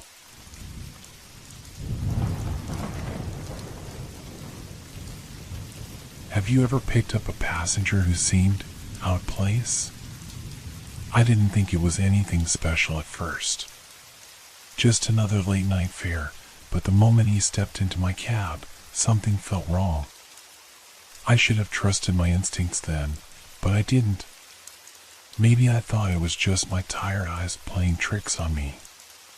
Maybe I was too used to the strange things that came with driving a taxi in the city at night. I was working the night shift, as usual. The streets were quieter than usual, and the hum of the engine filled the car with a monotone rhythm. My eyes were heavy, but the soft glow of the streetlights passing by kept me alert.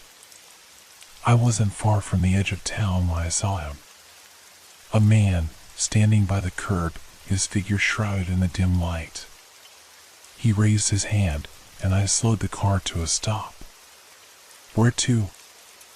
I asked, trying to sound more awake than I felt. He didn't answer immediately. Instead, he looked past me, his gaze distant, as if he were searching for something far beyond the car's interior. After a long pause, he spoke. "To the edge of the map." I raised an eyebrow, unsure if I'd heard him right. "The edge of the map? What do you mean?" He didn't seem to notice my confusion.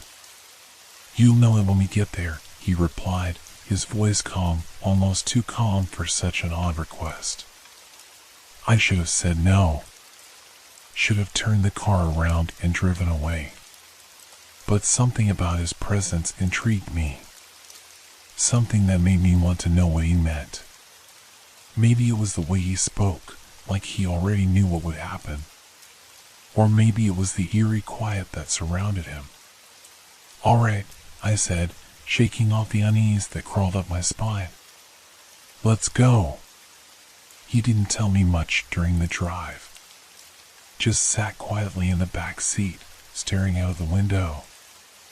Every now and then, I'd glance at him through the rearview mirror. He was tall, thin, with sharp features and pale skin that almost seemed to glow in the darkness. His eyes, those eyes, were the strangest part. They weren't just pale, they were like they didn't belong to a person at all. They were empty. As I drove, I noticed that the streets started to become unfamiliar. At first, I thought I was just tired, my mind playing tricks on me, but the further we went, the more the city around us seemed to fade. The familiar buildings gave way to empty fields and dark stretches of road. I couldn't help but wonder if I had somehow missed a turn. "Where exactly are we headed?" I asked, trying to break the unsettling silence. "To the edge," he replied, his voice unwavering, as if my question had no weight. I could feel the weight of his words in the pit of my stomach. The edge of what? The world? The city? My mind raced as the night grew deeper, colder. The lights from the city were now distant, almost like they belonged to another world. And then, as if we had crossed some invisible threshold, I realized we were no longer on the familiar streets. The roads were dirt now, winding through tall, thick trees. The moonlight barely filtered through the branches, casting strange shadows on the path. "Where are we?" I asked, my voice strained. My hands tightened around the steering wheel. "You're almost there," he said, his voice oddly soothing, as though everything was fine. I glanced at him in the rearview mirror again, but this time something was different.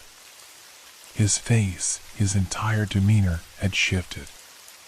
His skin looked unnatural, pale to the point of translucency. His eyes, which had been empty before, now glowed faintly, like something alive, something not human. A shiver ran down my spine. "We're not in the city anymore, are we?" I said, more to myself than to him. He didn't answer, but I didn't need him to. I already knew the answer. We had left the real world behind. I turned down a narrow, almost hidden road surrounded by tall, thick trees. The air inside the car felt heavier, thicker. There was a strange stillness to everything, as if the world had stopped moving. No animals, no insects, no sounds. Just the hum of my engine, pushing forward into the unknown. Finally, we reached the end of the road. It wasn't a destination marked on any map, as he had promised. The area was dark, almost suffocating. The trees loomed like giants, their branches twisting into the sky. There was no house, no building, just an expanse of thick woods, their shadows swallowing the light. "This is it," he said quietly, his voice almost a whisper. I stopped the car and sat there, staring at the darkness in front of us. A sudden realization hit me. Something was terribly wrong. Something about this place felt wrong. I turned to look at him, but he was already gone. No goodbye. No warning. I opened the door, heart pounding in my chest, and stepped out. The moment my foot touched the ground, the air seemed to thicken around me. The trees loomed even closer now, their branches creaking, their whispers low and distant, like voices calling from just beyond the edge of hearing. "Get back in the car," I muttered to myself, my breath shallow. But the words seemed empty in the thick, stifling air. Then came the sound. A faint scraping, like something shifting in the dark. It was coming from the trees. I turned, heart racing, but the shadows swallowed everything. I couldn't see what it was, but I could feel it. It was watching me. I rushed back to the car, slamming the door behind me. My hands were shaking as I fumbled with the keys, trying to start the engine. And then, as the engine sputtered to life, I saw it. In the rearview mirror. The man. He was standing at the edge of the woods, staring at me with those empty eyes. But this time, his face was different. The skin seemed to ripple, like something underneath was trying to break free. And his smile was the last thing I saw before the darkness swallowed me whole. I don't know how I got home. I don't know if what I saw that night was real or just a trick of my mind. But since then, things have been different. Strange things have been happening, things that don't make sense. And that man, I feel his presence sometimes. Watching. Waiting. I don't know what he is. But I know this, once you pick up the last passenger, your journey doesn't end when the ride does. It only just begins. It's been 3 days since that night. I should have forgotten about it, but I can't. I try to go about my life, but the memory of that man, his eyes, his smile, they follow me like a shadow that refuses to leave. I'm not sleeping well. When I close my eyes, I see him standing at the edge of the woods, watching me. And in the silence, I can hear the soft whisper of trees, almost as if they're calling my name. But the worst part is what happened today. I was driving through the city, trying to shake off the tension in my chest, when it happened again. It started as a faint whisper, just like last time. I tried to ignore it, telling myself it was the wind, or maybe just my mind playing tricks on me. But the whisper grew louder, and I could hear it clearly now. "Come back," it said. "Come back to the edge." I froze. The car swerved slightly, and I quickly corrected my steering. I glanced around, expecting to see something, a sign, a person, anything, but the street was empty. The hum of the engine filled the silence. I shook my head. I was losing my mind. But then the whisper came again, this time more insistent, more demanding. Come back to the edge, and you will understand." My heart raced, and I felt a chill spread through my body. I looked at the rearview mirror, half expecting to see the man again. But it wasn't him. It was something else. The reflection was blurry, like smoke or fog. It wavered for a moment, and then I saw it. There was something in the back seat, just out of focus. Something that wasn't there before. I quickly spun around, my pulse pounding in my ears, but the back seat was empty. I don't know how to explain it. It was like I was being pulled in two directions at once. One part of me wanted to go back to the woods, to the place where everything felt wrong, and the other part screamed at me to drive away, to forget all of it. I pressed my foot harder on the gas pedal, trying to outrun the feeling that was settling deep inside me. But no matter how fast I drove, no matter how far I went, I couldn't escape the pull. That night, after I finished my shift, I went back to the place where the road had ended, where the man had vanished. I knew I shouldn't go, but I couldn't help it. Something in me felt drawn to that spot like a moth to a flame. The road was exactly as I remembered. Narrow. Overgrown. The trees stood like silent sentinels, their shadows stretching across the path. As I drove deeper into the woods, the air seemed to grow thicker, heavier. It felt suffocating, like I was being enveloped by something alive. When I reached the end of the road, I stopped the car. The silence here was different. There was no chirping of insects, no rustling of leaves. Just the eerie stillness of the woods. I got out of the car, my feet crunching the dry leaves beneath them. I walked forward, feeling as if the trees themselves were watching me. Their branches creaked, and the soft rustling of the leaves was like a whisper in the wind. "Come back," the voice whispered again, but this time it wasn't just in my head. It was coming from the trees. I felt it then, the change. The air felt colder. The shadows seemed to stretch toward me, reaching out like fingers. My heart began to race, and I turned to run back to the car, but my legs felt heavy, like they were stuck in quicksand.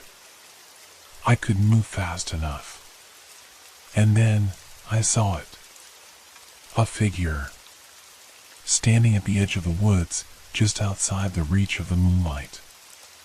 It was tall, its outline blurry, like a shadow that didn't belong in the world. Its eyes, those same pale, empty eyes, were fixed on me. I opened my mouth to scream, but no sound came out. I couldn't move. I couldn't breathe. The figure took a step forward, and with it, the trees seemed to shift, bending and groaning as if they were alive, as if they were part of this thing. It wasn't just a man. It was something else, something ancient, something that didn't belong to this world. The whisper grew louder, surrounding me from all directions. "Come closer. You will understand soon. All you need to do is listen." My heart was pounding, my body frozen in place. I felt like I was suffocating, trapped in a nightmare where every step I took only led me further into the darkness. And then, the whisper stopped. Everything went silent. The trees were still. The air was thick, oppressive. I didn't dare look back at the figure. I just ran. I ran faster than I ever had in my life, my breath ragged, my legs burning. I didn't stop until I was back in my car, slamming the door shut behind me. I drove away without looking back. I didn't stop until I reached the city, until the familiar lights of the streets washed over me like a blanket of safety. But even then, I knew. It's not over. The thing I encountered in the woods, it's not gone. It's still out there, waiting, watching. And it's not just in the trees anymore. It's following me wherever I go. I don't know if I'll ever be free from it. I don't know if I'll ever understand what it wants from me. But one thing's for sure, I can't escape the itch. No matter how far I run, it's always there, calling me back. I haven't been able to sleep. The days have blurred together, and everything feels distant, like I'm walking through a fog. I can't get rid of the feeling that I'm being watched, no matter where I go. It's as if my every move is being tracked, as if the woods are calling to me even in the most crowded parts of the city. It started with small things I could ignore. At first, it was just the occasional feeling of déjà vu, like I'd seen something before or walked a path I didn't recognize. Then it became harder to ignore. My reflection in windows, mirrors, even puddles in the street started to look wrong. It wasn't the way I looked, not exactly. It was something in my eyes, something I couldn't place. I know I'm not crazy, but lately, I'm not so sure anymore. This morning, I saw him again.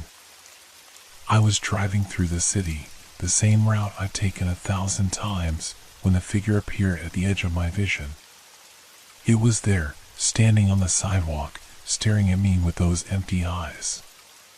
His presence was so sudden that I almost missed it. But I didn't. I slammed on the brakes, heart racing, but when I looked back, he was gone. The road was empty. Just like before. It's happening again. The same thing. The same man. I can feel it closing in on me. But it's not just him. There are others, faint figures at the edge of my vision, always just out of reach. They move like shadows, flickering in and out of existence. And then there's the sound. The whispering. It's louder now, not just in my head, but all around me.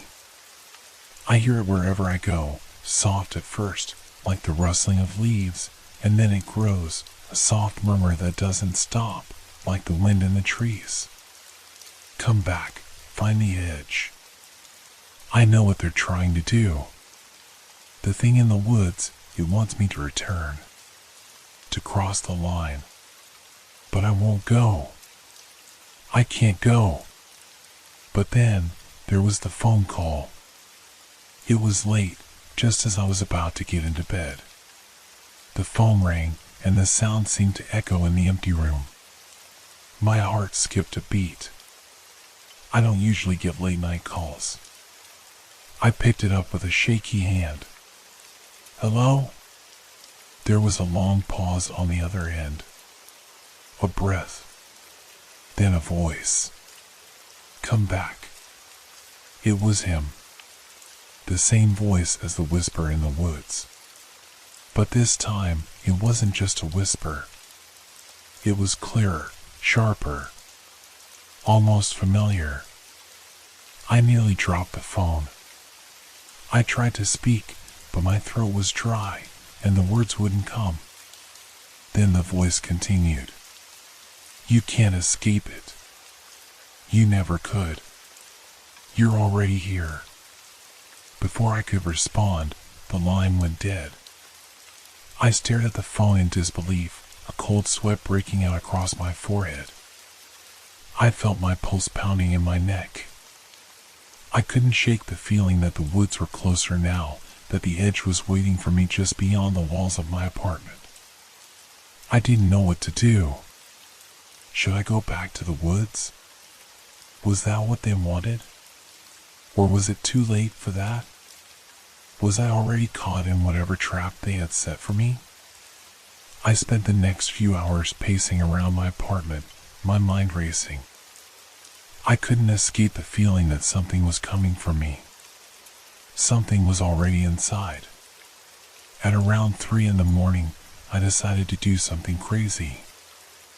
I had to go back. I had to know what was happening.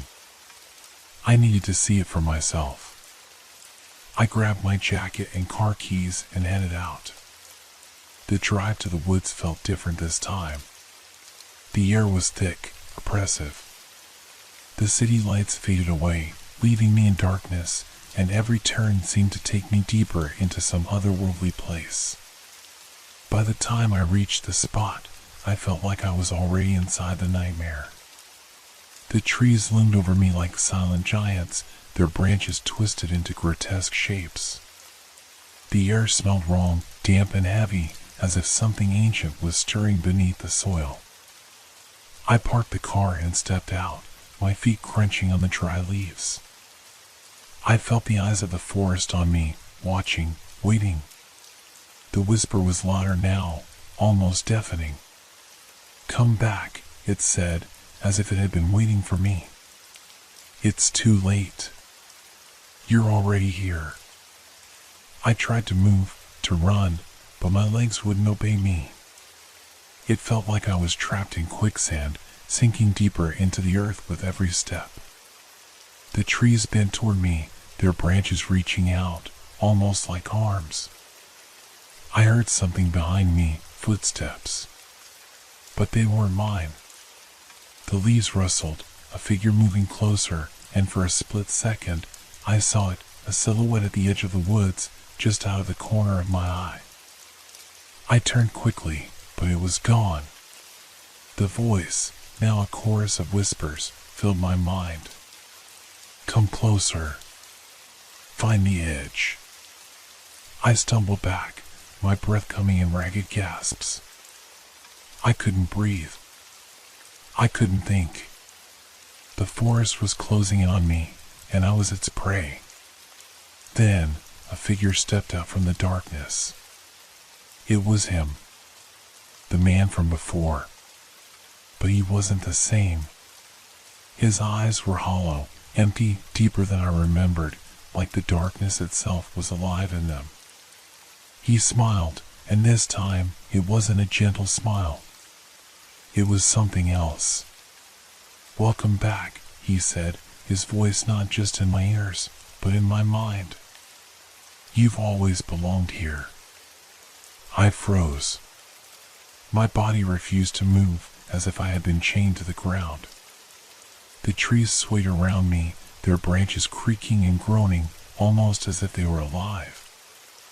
I could feel the weight of the forest, pressing in on me, suffocating me. The man took a step closer, and the world around me seemed to blur. The edges of reality began to crumble, like paper in a fire, and for a brief moment, I could see beyond the trees, beyond the woods, into a place I couldn't understand. And I knew. It was too late. I had crossed the edge. There was no going back. The trees whispered my name, and the man's smile grew wider. And as the darkness swallowed me whole, I realized the truth. I wasn't just lost in the woods. I was lost in a place far worse than I could have ever imagined. I was already part of it. The world warped around me, spinning faster than I could process. My vision flickered, and I felt the sensation of weightlessness, as if I were being pulled in every direction at once. The trees were no longer trees, their bark turning into writhing shadows, their branches stretching like fingers toward me. The air was thick and suffocating, heavy with a presence I could feel but not see. My heart raced in my chest, but I couldn't move. I couldn't even scream. The man, no, the thing standing before me, its smile growing, was a void in human form. Every part of my mind screamed for me to escape, to run, but my body wouldn't obey. It was like I had been swallowed whole by the forest itself. You don't understand, do you? The figure spoke again, and his voice was no longer human. It was a mix of voices, low and guttural, as if they were being spoken by the earth itself. You've always been here, just like everyone else. You've never really left. His words echoed in my mind, twisting and warping like the trees around us.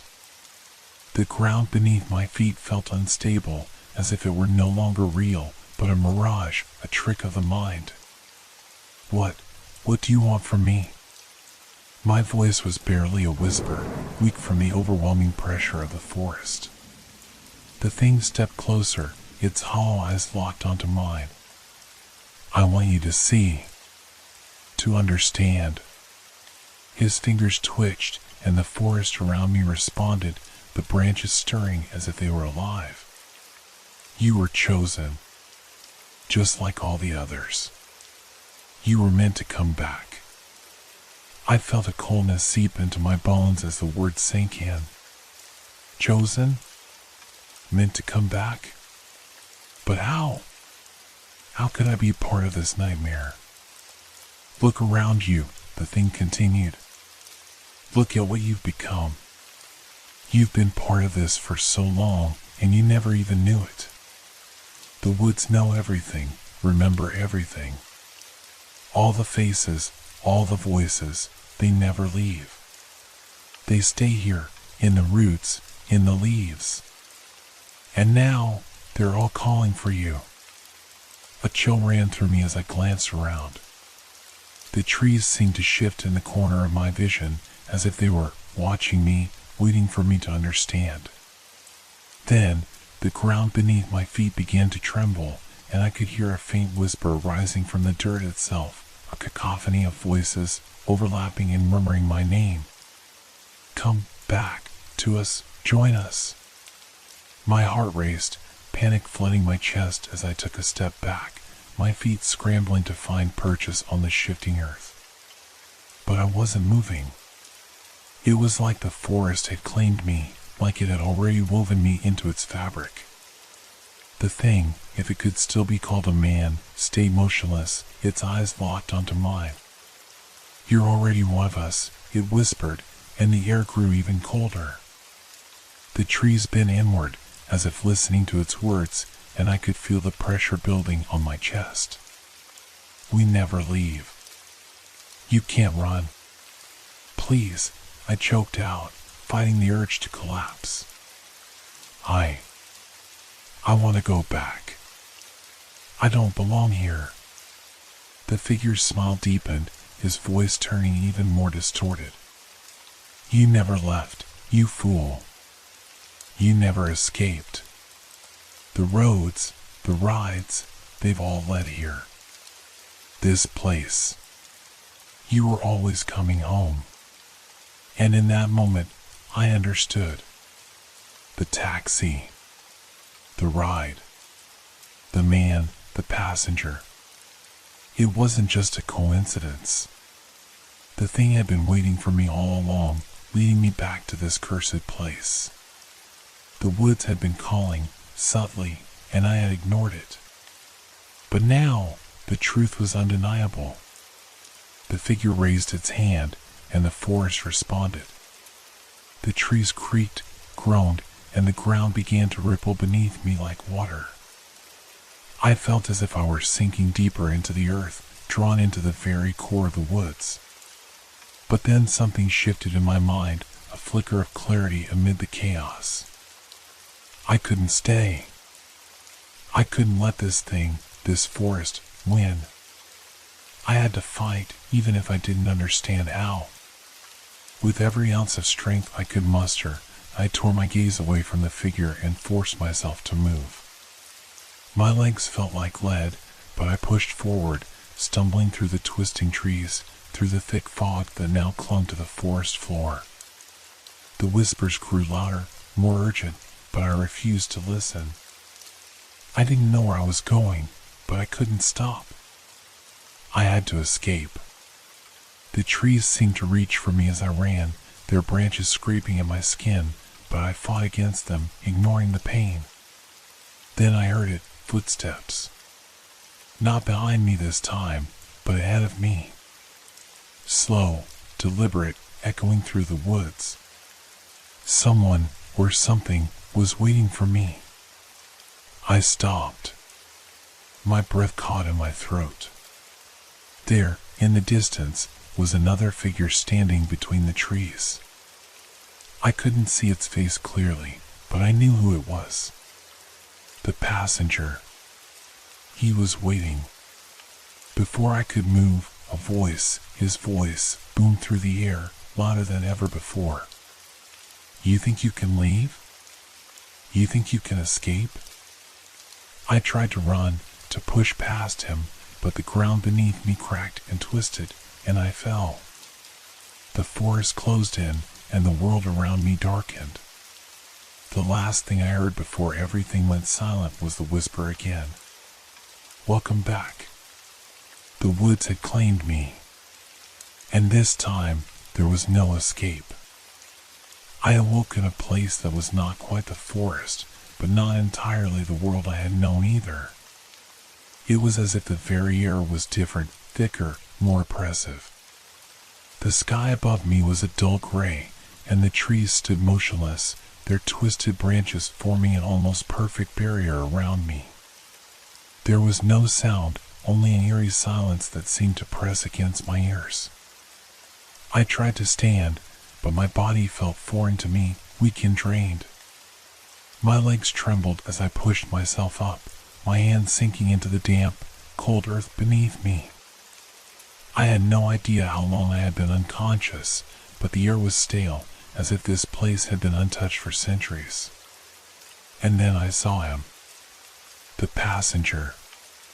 He stood just ahead, his back to me, his body rigid as if he were waiting for something. The figure was the same, dark, indistinct, as if he were made of shadow, with no distinguishable features except those hollow eyes. It was him. The one who had been guiding me, pulling me deeper into this nightmare. I tried to speak, but my voice was a mere rasp in my throat. My mouth felt dry, as though it had been too long since I had last used it. Still, I forced the words out. What is this? Where am I? The figure didn't turn. It didn't even acknowledge me. But I felt his presence in every corner of my mind. He had always been there. You're home, came the response, the voice now echoing from everywhere and nowhere all at once. It wasn't his voice anymore, it was a chorus, 1,000 voices layered together, deep and hollow, like the sound of 1,000 wind chimes on a stormy night. This is where you belong. This is where the others belong. I backed away, my heart racing again. I couldn't breathe. The air felt suffocating, and the trees, those silent, watching trees, seemed to move ever so slightly, closing in on me. No.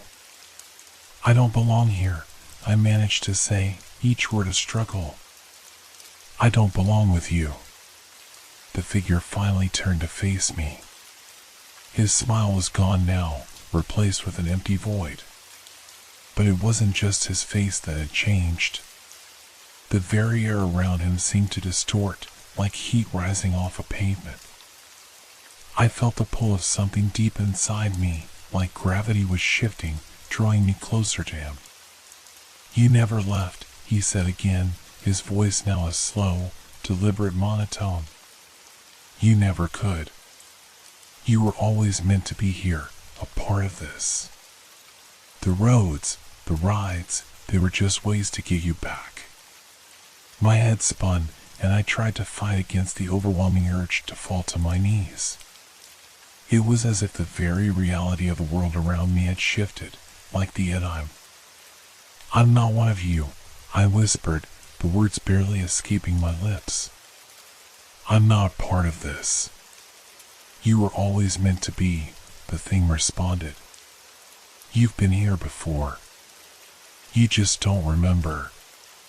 You've always been the last passenger. Guess we're softening, melting away. Suddenly, the ground beneath my feet trembled again. The trees, which had been silent, began to groan and creak, their trunks shaking violently. The shadows stretched, bending unnaturally toward me, as if trying to wrap around me, pull me deeper into their dark embrace. I stumbled back, the panic clawing at my chest. My feet tangled in the roots, and I fell, my body hitting the cold earth hard. I struggled to get up, but the world was spinning, and every breath I took felt like I was drowning. You can't run from what you are, the voice echoed, louder now, reverberating through the very air. You can't escape your fate. You were never meant to. I couldn't stand. I couldn't fight it anymore. My hands pressed against the ground, and I could feel something rising from beneath me. It was a presence, one that wasn't human, wasn't even real. It was the forest, or whatever had taken its place. And then, I saw them. Faces. Faint, distorted faces in the bark of the trees, in the twisted branches. They were the passengers. The ones who had been here before. I saw them, their eyes wide and filled with a hollow despair. They stared at me, their faces twisting in agony as they reached out, silent, desperate. The thing, the passenger, stepped closer. His eyes locked onto mine. He didn't need to speak, but his presence made everything clear. I was one of them now, trapped in this place, part of this endless cycle, the last passenger, and I knew then that I would never leave.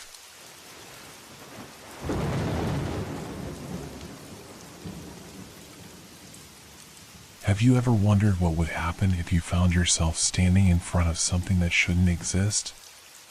Something that, at first glance, seems ordinary, yet when you take a closer look, you realize that it defies all logic, all reason?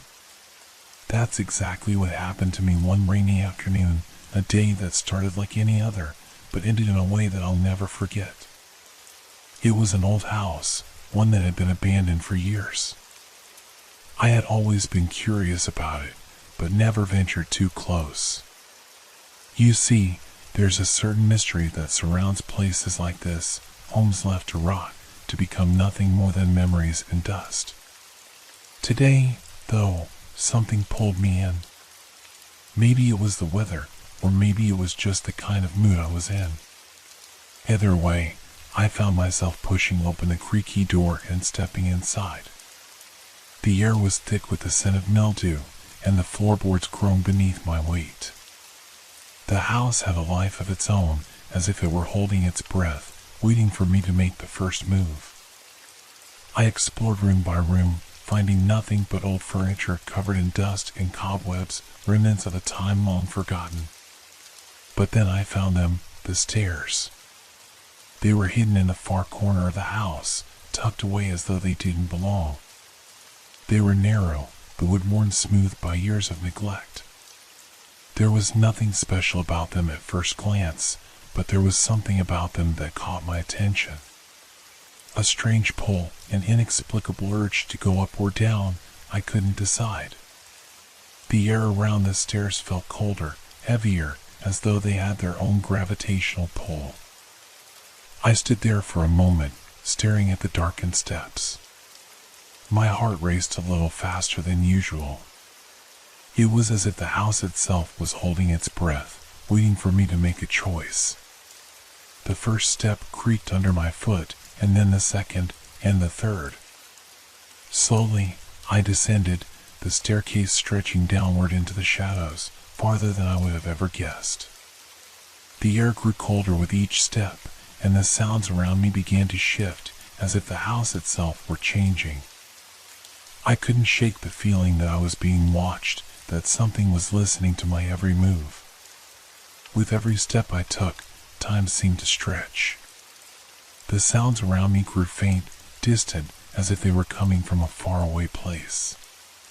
The creaks of the house, the soft wind outside, all of it seemed muffled, muted. I couldn't explain it, but I knew something wasn't right. I hesitated, thinking of turning back, but something urged me forward. It was a strange sensation, almost as if the house itself wanted me to keep going. I couldn't see the bottom of the stairs. It was as if they stretched forever, disappearing into an abyss of darkness. As I continued down, the air grew thicker, colder. The silence was oppressive, like a weight on my chest. Every footstep I took echoed louder and louder, but not in a way that seemed natural. It wasn't the sound of my own footsteps. It was as if there were more than just me on the stairs. Shadows flickered in the corners of my eyes, and I caught glimpses of something moving just out of sight. But when I turned, there was nothing there. I was descending, but it felt like I was getting nowhere. My thoughts grew heavy, muddled. I couldn't remember what had driven me to take this first step. What had I been hoping to find down here? And why was the air so cold, so wrong? I tried to focus, tried to make sense of the world around me, but everything felt out of place. The stairs creaked again, louder now, as if something or someone was walking behind me. The hairs on the back of my neck stood up, my pulse quickening as I realized I wasn't alone.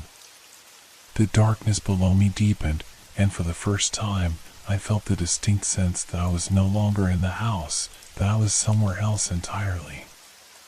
The stairs no longer felt like part of the building. They felt like a portal, leading me into a world that didn't belong to me, a place where time didn't exist in the same way it did on the surface. I couldn't see the bottom anymore.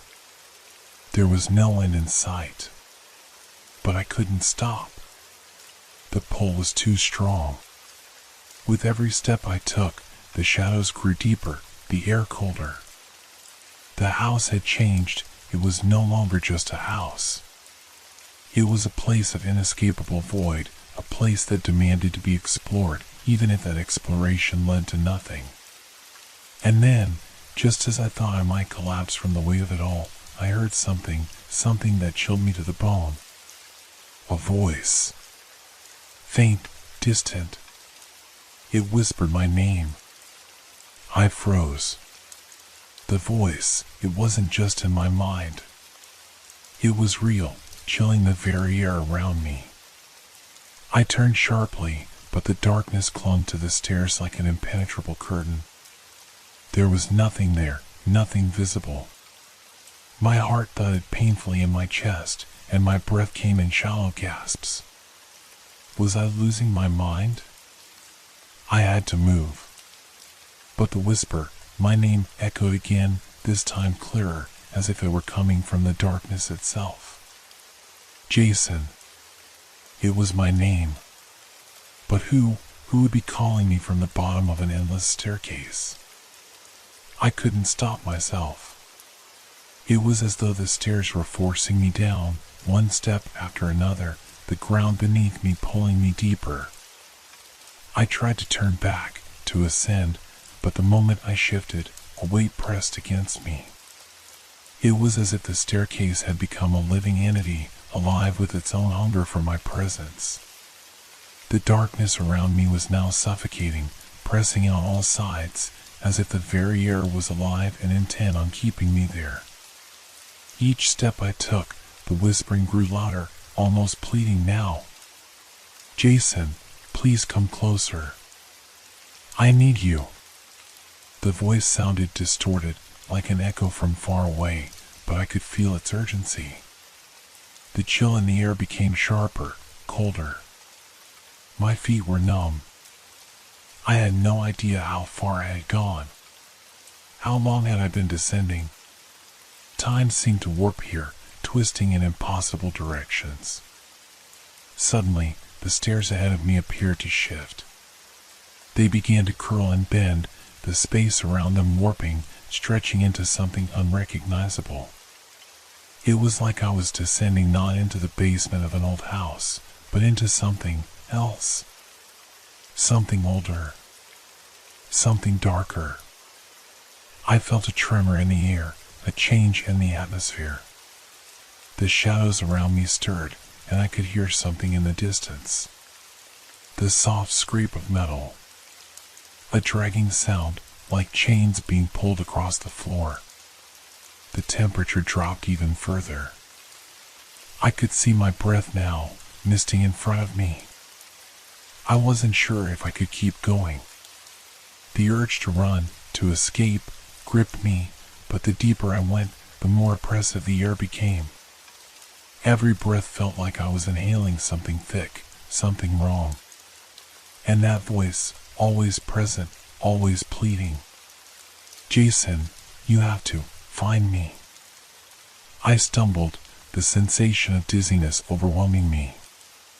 My thoughts began to unravel, swirling in my mind like smoke. What was this place? Why was it calling me? Why did I feel like I belonged here? I pushed forward, now almost crawling down the stairs.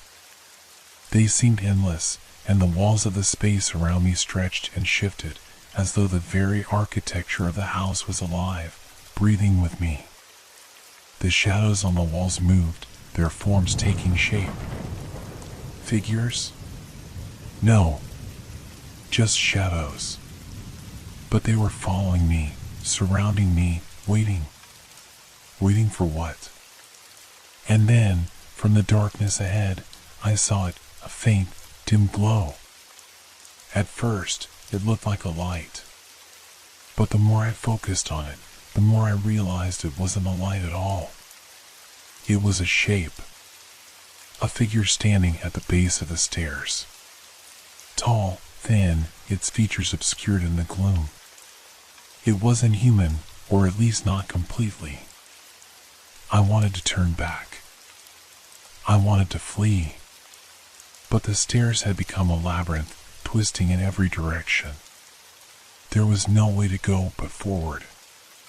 The figure moved closer, its movements slow but deliberate. The whispering stopped. In the silence that followed, I could feel the presence of the thing, closer than ever. I couldn't breathe. The figure reached out, its hand elongated and pale, like something from a nightmare. As it touched me, the world around me rippled. A cold shock shot through my body, freezing my very soul. The air turned heavy, thick with something ancient, and I could feel myself being pulled, dragged forward into the lightless abyss. The darkness swallowed me whole. I screamed, but no sound escaped. I was falling through an endless void, and all the while, I could hear the voice again. It wasn't just a whisper anymore. It was a scream, a shout, agonizing, frantic. Jason, you belong here. The weight on my chest intensified. My body was no longer my own, trapped in a place that bent the laws of time and space. I was trapped. I could hear it, the sound of chains dragging closer, the rasping, unnatural breathing of something ancient, something that had always been waiting. It was too late. There was no escape. I woke with a jolt. But it wasn't the kind of waking I had expected. My body ached as if I had been beaten, every muscle stiff and unresponsive. I opened my eyes, expecting to see the darkness of the staircase around me. Instead, I was lying on cold, damp ground. The air was thick, heavy with the smell of decay and mildew. Where was I? I tried to move, but the pain was unbearable. My hands scraped against rough stone, and the floor beneath me was uneven. Slowly, cautiously, I pushed myself up into a sitting position, wincing from the discomfort. My head throbbed with a dull ache, and my vision was blurry. It took a few moments to focus, to gather my senses, but when I did, I realized the truth. I was no longer on the staircase. The place I had found myself in was nothing like the house I had wandered through earlier. The walls were made of dark stone, slick with moisture, and the air was suffocating, like being inside a tomb. I wasn't alone. A strange, low hum filled the air, vibrating through my chest. The ground beneath me seemed to pulse in time with the sound, as though it too was alive. I could hear something, too, a faint scratching sound, like claws on stone, far in the distance. A chill ran down my spine. The darkness surrounding me was absolute. No windows, no light, just an endless black that swallowed up everything.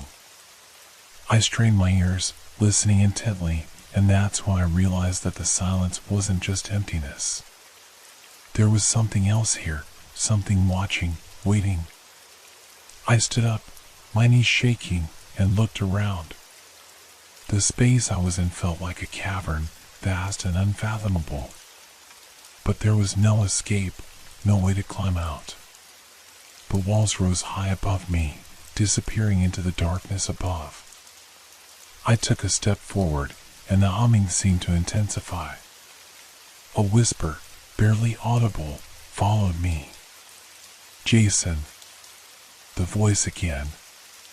It was unmistakable now, deep, raspy, and full of sorrow.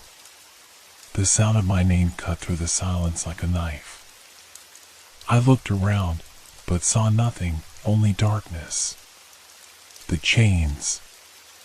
I heard them again, the unmistakable scrape of something metal dragging across the stone floor.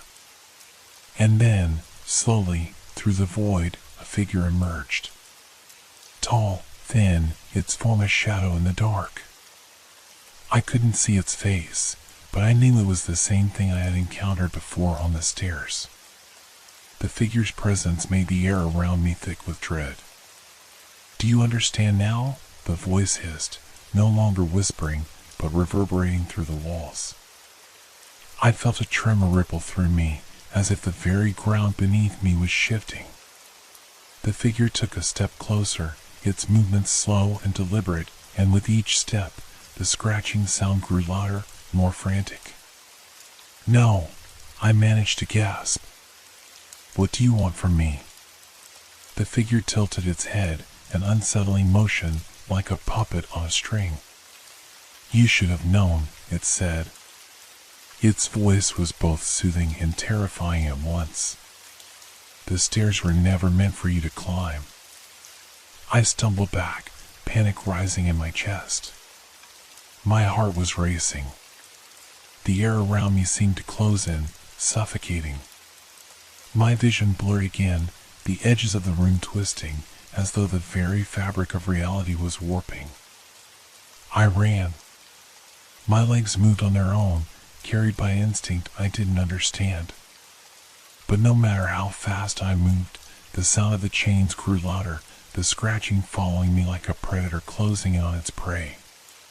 The walls seemed to shift, closing in tighter as I sprinted. I could feel the weight of the space, its suffocating presence pressing down on me, tightening around my chest. Then, out of the corner of my eye, I saw something, a door. Just a glimmer of light, faint but real. Desperate, I ran toward it, my breath coming in short, panicked gasps. But the closer I got, the farther away the door seemed to be. It stretched before me, an endless tunnel that went on forever, mocking me. My feet slipped, my hands scraped against the stone walls. I could hear the figure behind me, its footfalls now a steady rhythm, relentless and cold. I wasn't going to make it. I wasn't going to escape. "Jason," the voice whispered, its tone no longer pleading but commanding. "You are mine." I reached the door, but it was too late. The moment I touched it, the world around me shattered. The floor beneath me gave way, and I fell faster than I could comprehend. The fall was endless, and in the distance I heard the chains again dragging across the stone. But this time they were closer. I tumbled through the darkness, the sensation of falling dragging me deeper into the void. My body was weightless, but the fear, it was overwhelming. I couldn't see a thing, nothing but the blackness that seemed to stretch forever. My heart hammered against my chest, my breath coming in shallow gasps. There was no floor beneath me, no ceiling above. It was as though I was suspended in a void, and the very air itself was pressing against me. And then, just as suddenly as the fall had started, it stopped. I slammed into something solid, the impact jarring every bone in my body. I lay there, breathless, disoriented. The darkness remained absolute, suffocating. My head spun, and for a moment I thought I might pass out. But I couldn't. I had to get up. I had to. The chains. The sound of them echoed in the distance, growing louder. A slow, deliberate dragging, like a prisoner's shackles scraping across stone. I pushed myself to my feet, shaking from the fall. The ground beneath me felt uneven, like I was standing on something that wasn't quite stable. I reached out, my hands trembling as they made contact with a cold, jagged surface. It was rough, like stone, but there was a wetness to it. The air smelled different here, foul, like decay, but there was something else, too. Something sweeter. It made my stomach churn. I took a cautious step forward, the sound of my shoes scraping against the floor sharp in the silence. My pulse quickened with every movement, as if I was being watched. And then, a noise, closer this time. A voice. Jason. It was no longer a whisper. The voice was deeper now, richer, as though it had grown stronger with each passing moment. I froze, my blood running cold. "Do you understand?" it asked, its tone smooth and terrifying. The staircase, the door, none of it was an accident. You were part of it now. A part of me. I turned in the direction of the voice, but the blackness was impenetrable. I couldn't see a thing. And yet, I felt something, or someone, standing right in front of me. I stepped back, but the ground beneath me buckled. I was no longer on solid footing. My legs gave way, and I dropped to my knees. The chains, the sound was too close. Too real. I couldn't breathe. My chest tightened, and I struggled to stay conscious. I had to get out. I had to escape, but I didn't know where to go, didn't know what direction was safe. Every step I took seemed to lead me deeper into this endless nightmare. The chains were dragging closer, the sound like a thunderclap in the silence. And then I saw it. A figure.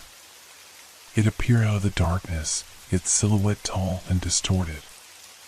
It moved toward me, slow and deliberate.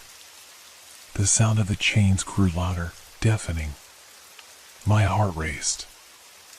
I wanted to scream, but the fear kept my voice locked in my throat. "Jason," the voice purred, "you're finally here." The figure stepped into the faintest sliver of light, and I saw it, a face, but it wasn't a face. The features were blurred, shifting like liquid, warping in ways that shouldn't have been possible. It was as though the very image of the figure was a lie, an illusion. And the chains, they were wrapped around its body, twisted and heavy, clinking with each movement.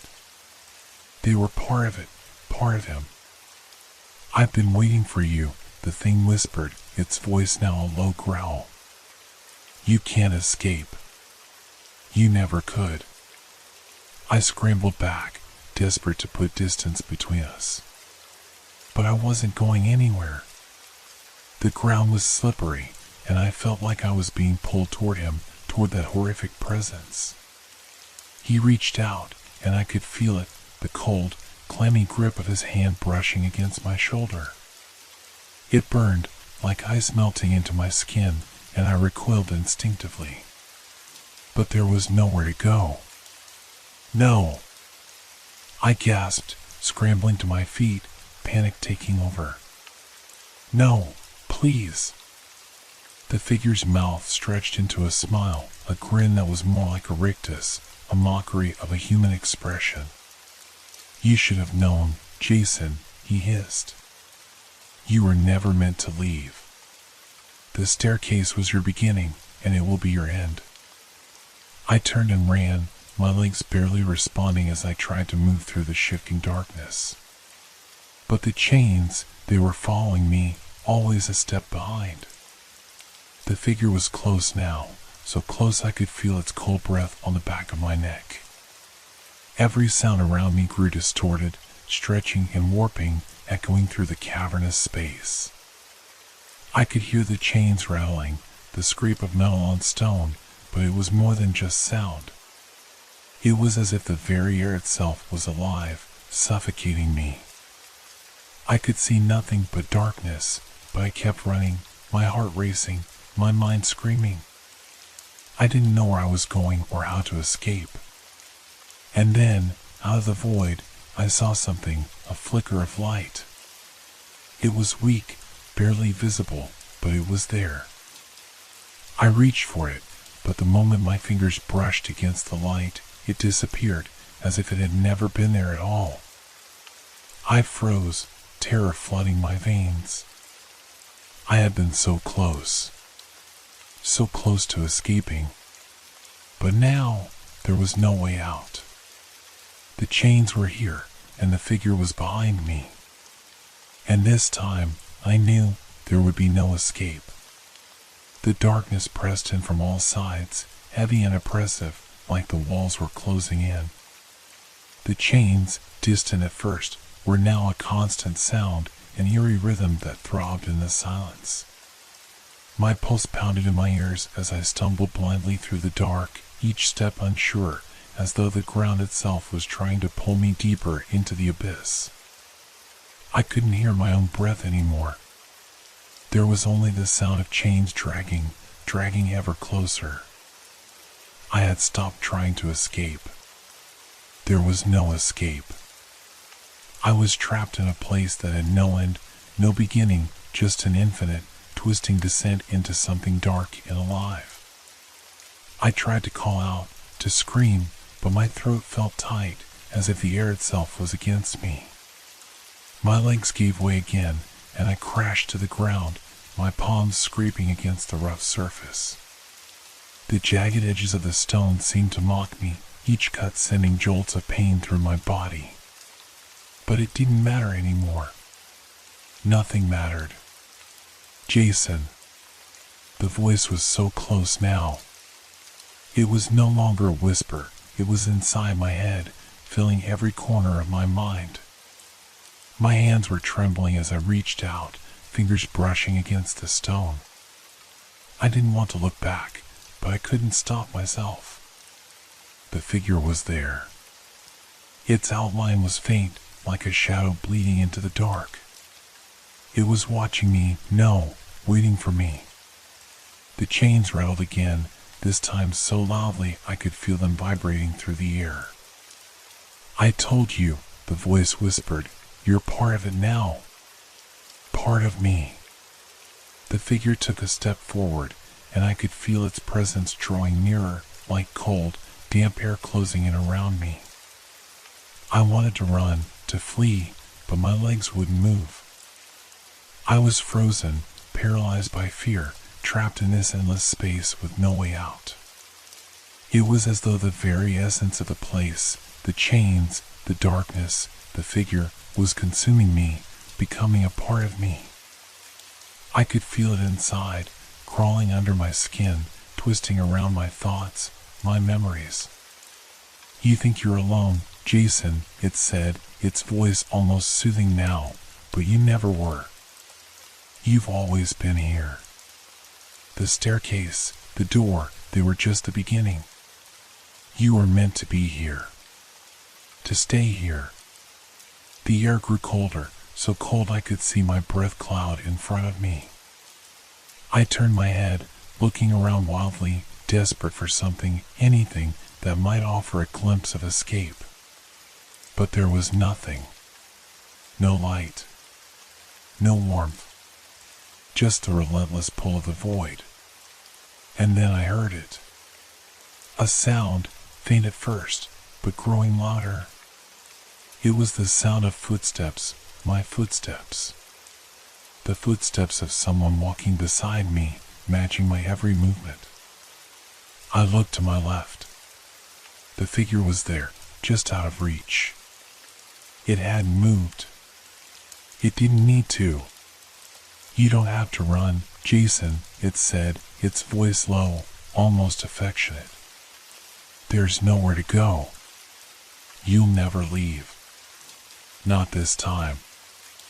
I closed my eyes, squeezing them shut, willing myself to wake up from this nightmare.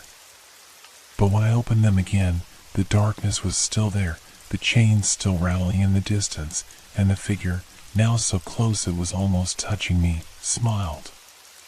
It smiled, but it wasn't a smile of comfort or kindness. It was a smile that twisted my very soul, a smile that told me everything I had feared was true. There was no way out. No escape.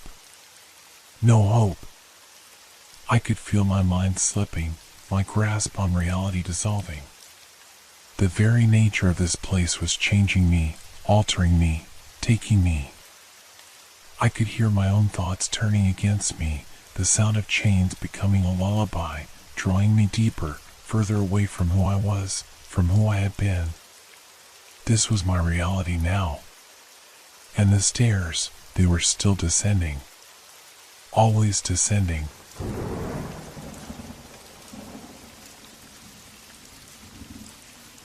Have you ever stumbled upon something so unsettling that you could feel the ground beneath you shift? Something that shouldn't be there, yet was? Something that made you doubt the very walls around you? I never thought much about the old apartment I'd moved into. It was cheap, small, and, if I'm being honest, a little run down. The sort of place you take because it's available and affordable. But it had character, creaky floors, faded wallpaper, an ancient oven, the sort of place where you could live without drawing too much attention. And, like most people who move into a new place, I didn't look too deeply at its history. But one day, I found something. Something that was never meant to be found. I had decided to do a bit of remodeling, nothing too fancy, just a few cosmetic changes. A fresh coat of paint here, maybe a new shelf there. Nothing that would raise any eyebrows. As I pulled away an old piece of wood paneling from the back of a closet, I noticed something odd. The wall behind it was uneven, as if someone had sealed something off. Curiosity got the best of me. I grabbed a hammer and chipped away at the strange, hidden partition. It was slow work. Dull thuds echoed through the apartment as the wood splintered beneath the tool. After what felt like forever, I finally managed to pry the last piece free. Behind it was a door. At first, I thought it was just another closet or storage space, nothing special. But there was something peculiar about this door. It didn't match the rest of the apartment. The handle was made of tarnished brass, strangely ornate, with intricate designs that seemed to shimmer in the dim light. The wood itself was old, warped, and splintered. But it had an odd presence, as if it had been there far longer than I had. My hand hesitated over the door handle.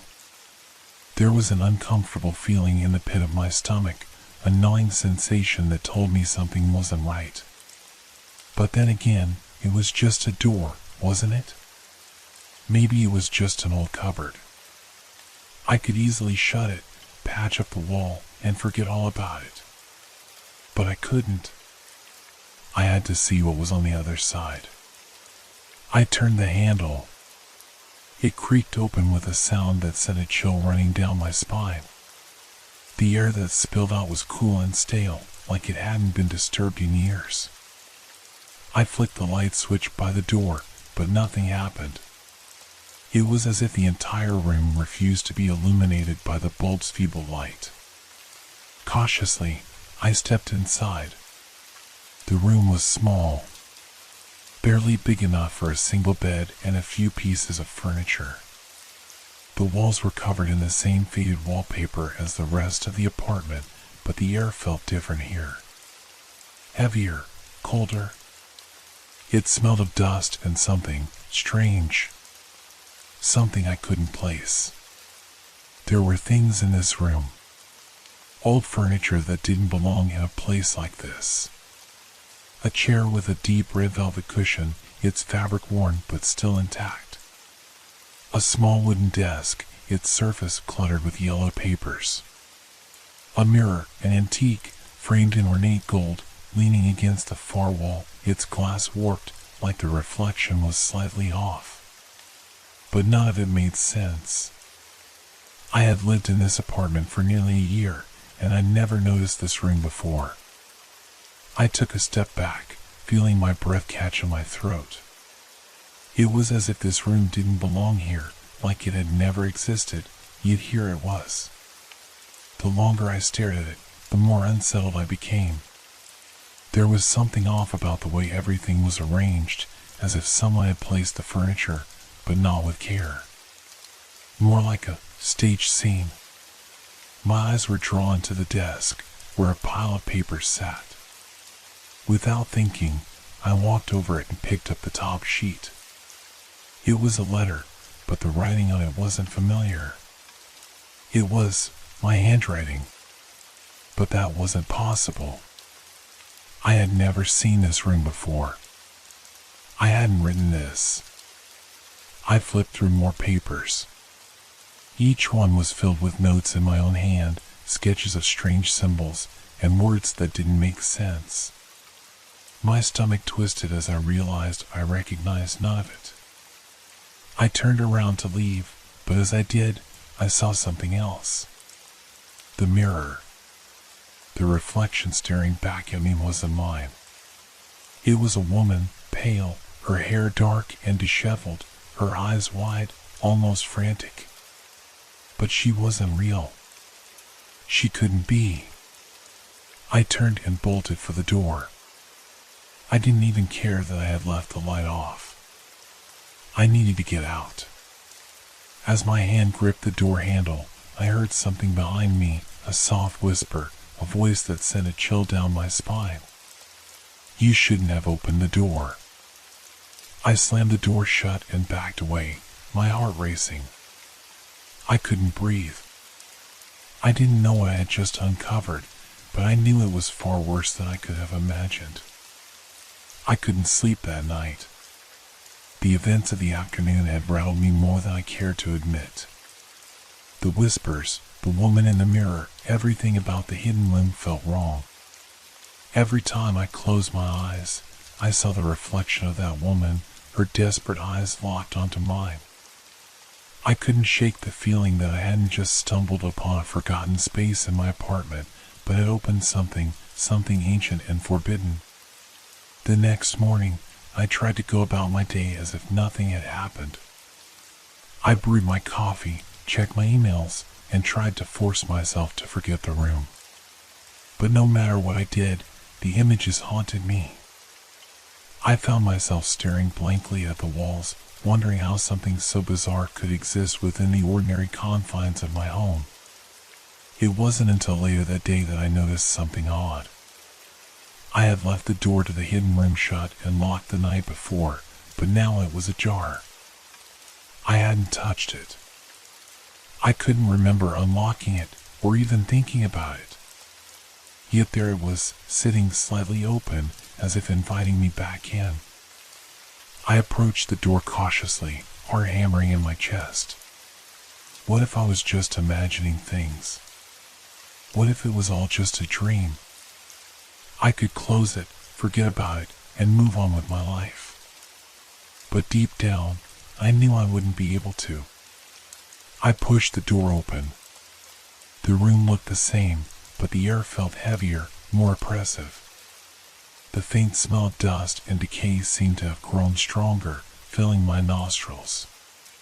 The furniture was still in place, but now the silence was unbearable. It was as if the room itself was holding its breath, waiting for something. I stepped inside again, but this time I was more cautious. My eyes darted to the desk, where the pile of papers still sat. I felt an overwhelming urge to go through them again. I didn't know why, but something compelled me to look more closely. I picked up the first page and froze. It was a drawing of me. It was crude, but unmistakably a depiction of myself sitting at this very desk. But there was more. Behind the drawing, another piece of paper was hidden. I pulled it out with trembling hands and read the words written on it. "It will never let you leave." I dropped the paper like it was on fire. My pulse quickened. The room seemed to close in around me, the walls pressing together, and I could feel the temperature drop. The whispering started again, louder this time. It wasn't coming from the mirror, it was coming from the walls, the very air. I ran my hand along the edge of the desk, trying to steady myself. Something was wrong. I couldn't put my finger on it, but the room felt alive. As if it were aware of my presence, as if it were feeding off my fear. The mirror caught my eye again. This time, the woman's reflection wasn't staring at me. She was moving. Slowly, her figure came to life, her hand pressed against the glass, her mouth moving as if she were trying to say something. I leaned in, mesmerized by the unnatural movement, and her lips formed a word. "Help." I stumbled backward, my heart racing. My breath came in short gasps as I backed away from the mirror. The room was shifting, subtly, but I could feel it. It was like the walls were breathing, the floor creaking under the weight of something unseen. I turned toward the door, but as I reached for the handle, I froze. The light in the hallway had gone out. I was plunged into complete darkness. I fumbled for my phone, but it wasn't in my pocket. Panic began to rise in my throat, and I realized I was completely alone in this suffocating space. The whispering intensified. It wasn't just one voice now, it was a chorus of voices, layered on top of each other, indistinguishable. I pressed my hands to my ears, but the sound persisted, ringing in my skull. The door slammed shut behind me. I spun around, terrified. I didn't know what to do. Every instinct screamed for me to leave, but I couldn't. The room had a hold on me, pulling me deeper into its depths. The mirror had stopped moving, but the woman's eyes were still locked on mine. Her pleading gaze never wavered, and I could hear her voice again, clearer now. "You can't leave. Not anymore." The temperature in the room dropped even further, and I could see my breath in the air. The walls seemed to close in, the shadows growing darker, twisting into shapes that were not quite human. I ran. I didn't know where to go, but I had to get out. I banged on the door, screaming for help, but my voice was swallowed by the silence. And then, the whispering stopped. It was an eerie, suffocating silence that made my skin crawl. I paused, unsure whether to move. My hands were trembling, and I could feel my legs growing weak beneath me. The door, it was no longer locked. I opened it, but the hallway was gone. There was only darkness, endless, suffocating darkness that stretched beyond my reach. I stepped forward, but the floor beneath me felt unstable. I looked back, hoping to see the room behind me, but all I could see were the shadows, stretching, pulling me in. "Welcome home," the voices whispered. And then I heard it, faint at first, but growing louder with each passing second. Footsteps. But they were not my own. The footsteps were slow, deliberate, but they were not mine. I froze. Every muscle in my body tensed, my heart hammering in my chest. It was as if time itself had stopped, and the only thing left was the sound of those heavy, approaching footsteps. I strained my eyes in the darkness, hoping for some sign of what was happening. But there was nothing. Just shadows. Just the suffocating blackness of the hallway that now stretched endlessly before me. I took a step back, my breath caught in my throat. The darkness seemed to grow deeper, more alive. The walls were closing in, pressing tighter with each passing second, as though they were aware of my fear, feeding off it. But the footsteps didn't stop. They were getting closer, closer still. I turned and bolted in the opposite direction, my feet stumbling over the uneven floor. I had no idea where I was running to. I didn't know if I was even still in my apartment or if the world I knew had completely unraveled. As I ran, I caught glimpses of movement out of the corner of my eye, shapes, figures that seemed to shift and blend with the shadows. They were all around me, watching, waiting. But every time I tried to focus on them, they vanished, leaving only the disorienting, oppressive darkness.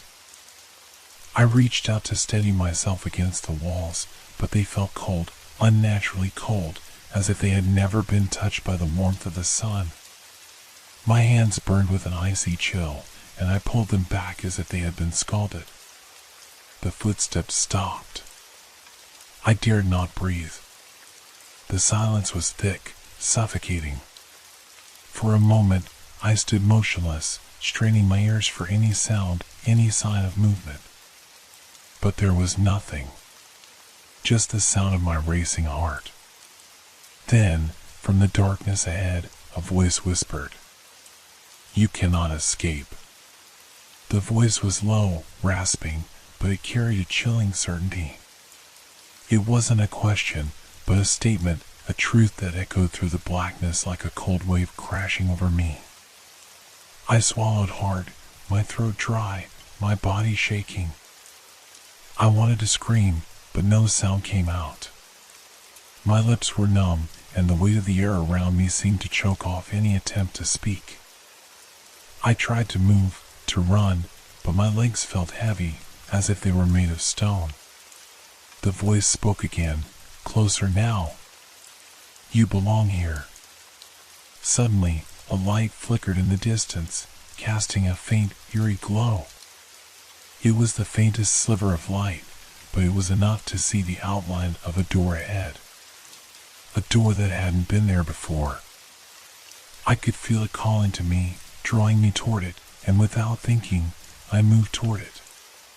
With every step, the light grew stronger, but so did the air around me, thicker, more oppressive, as if the room itself was coming alive, pulsing with a dark, malevolent energy. I reached for the door handle, my hand trembling.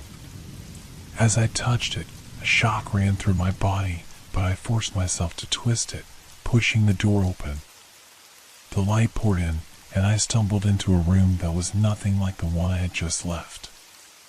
It was bright, too bright, almost blinding. But it wasn't warm. No, this light was cold. It felt as though it was coming from nowhere, from everywhere, and yet nowhere at all. And there, standing in the center of the room, was a mirror. Not the same one I had seen before, but a new one. The frame was cracked, old, and warped, but the reflection staring back at me wasn't mine. It was a reflection of the woman. Her face was pale, gaunt, and twisted with an expression of anguish. Her eyes were wide, almost frantic, and she reached toward me through the glass, her fingers curling as if to grab me. Her mouth opened, but no sound came out. She screamed, but the scream was only in my head. It rattled in my skull, deafening and maddening. I stumbled back, my heart racing. The door slammed shut behind me, and I was plunged back into darkness. But this time, it wasn't empty. No, the shadows had form, shape. The figures I had glimpsed earlier were now clear. They were standing in the room, just outside my reach, their faces blurred, their features indistinct. But I could feel their eyes on me, watching, waiting. "You shouldn't have come," the woman's voice rasped, her words echoing in my mind. I backed away, my breath shallow, desperate. There was nowhere to run. The walls, the floor, the ceiling, they all seemed to shift, to move, as if they were alive, trapping me in a world that didn't belong to me. I could feel my sanity slipping away, piece by piece. The room was changing, warping, twisting into something unrecognizable. The floor beneath me trembled, and I felt it, a presence. Something much older, much more powerful than I could ever comprehend. I didn't know how long I had been standing there, paralyzed with fear. The figures began to move toward me, their footsteps echoing in the stillness. I could hear their breath, heavy and labored, as though they were hungry, searching for something. And then I saw it. The door. The same door I had entered through, but now it was different. It was covered in markings, symbols I didn't recognize, symbols that seemed to burn into my eyes. The door was no longer an escape. It was a trap. I turned, frantic, looking for any way out, but there was nothing. Only the darkness, closing in, suffocating me. And in the distance, I could hear it again. The footsteps. Closer now. Too close. You are mine now. The air grew colder, the silence thick and suffocating. The presence in the room was no longer just a feeling, it was something tangible, something that pressed against my skin, crawling under it, making my flesh tighten in response. The figures, those shadowy, shifting things, were closing in, their shapes becoming clearer, more defined. I could see their hands now, long, gnarled fingers that reached toward me, their skin stretched too thin, their nails sharp like claws. I staggered backward, but there was nowhere to retreat. The walls, the floor, the ceiling, everything felt as though it was shifting, closing in around me. The room had become a maze, a labyrinth with no way out. I reached for the door, my fingers trembling, but it wasn't a door anymore. It was an expanse of blackness, a void that seemed to swallow the light.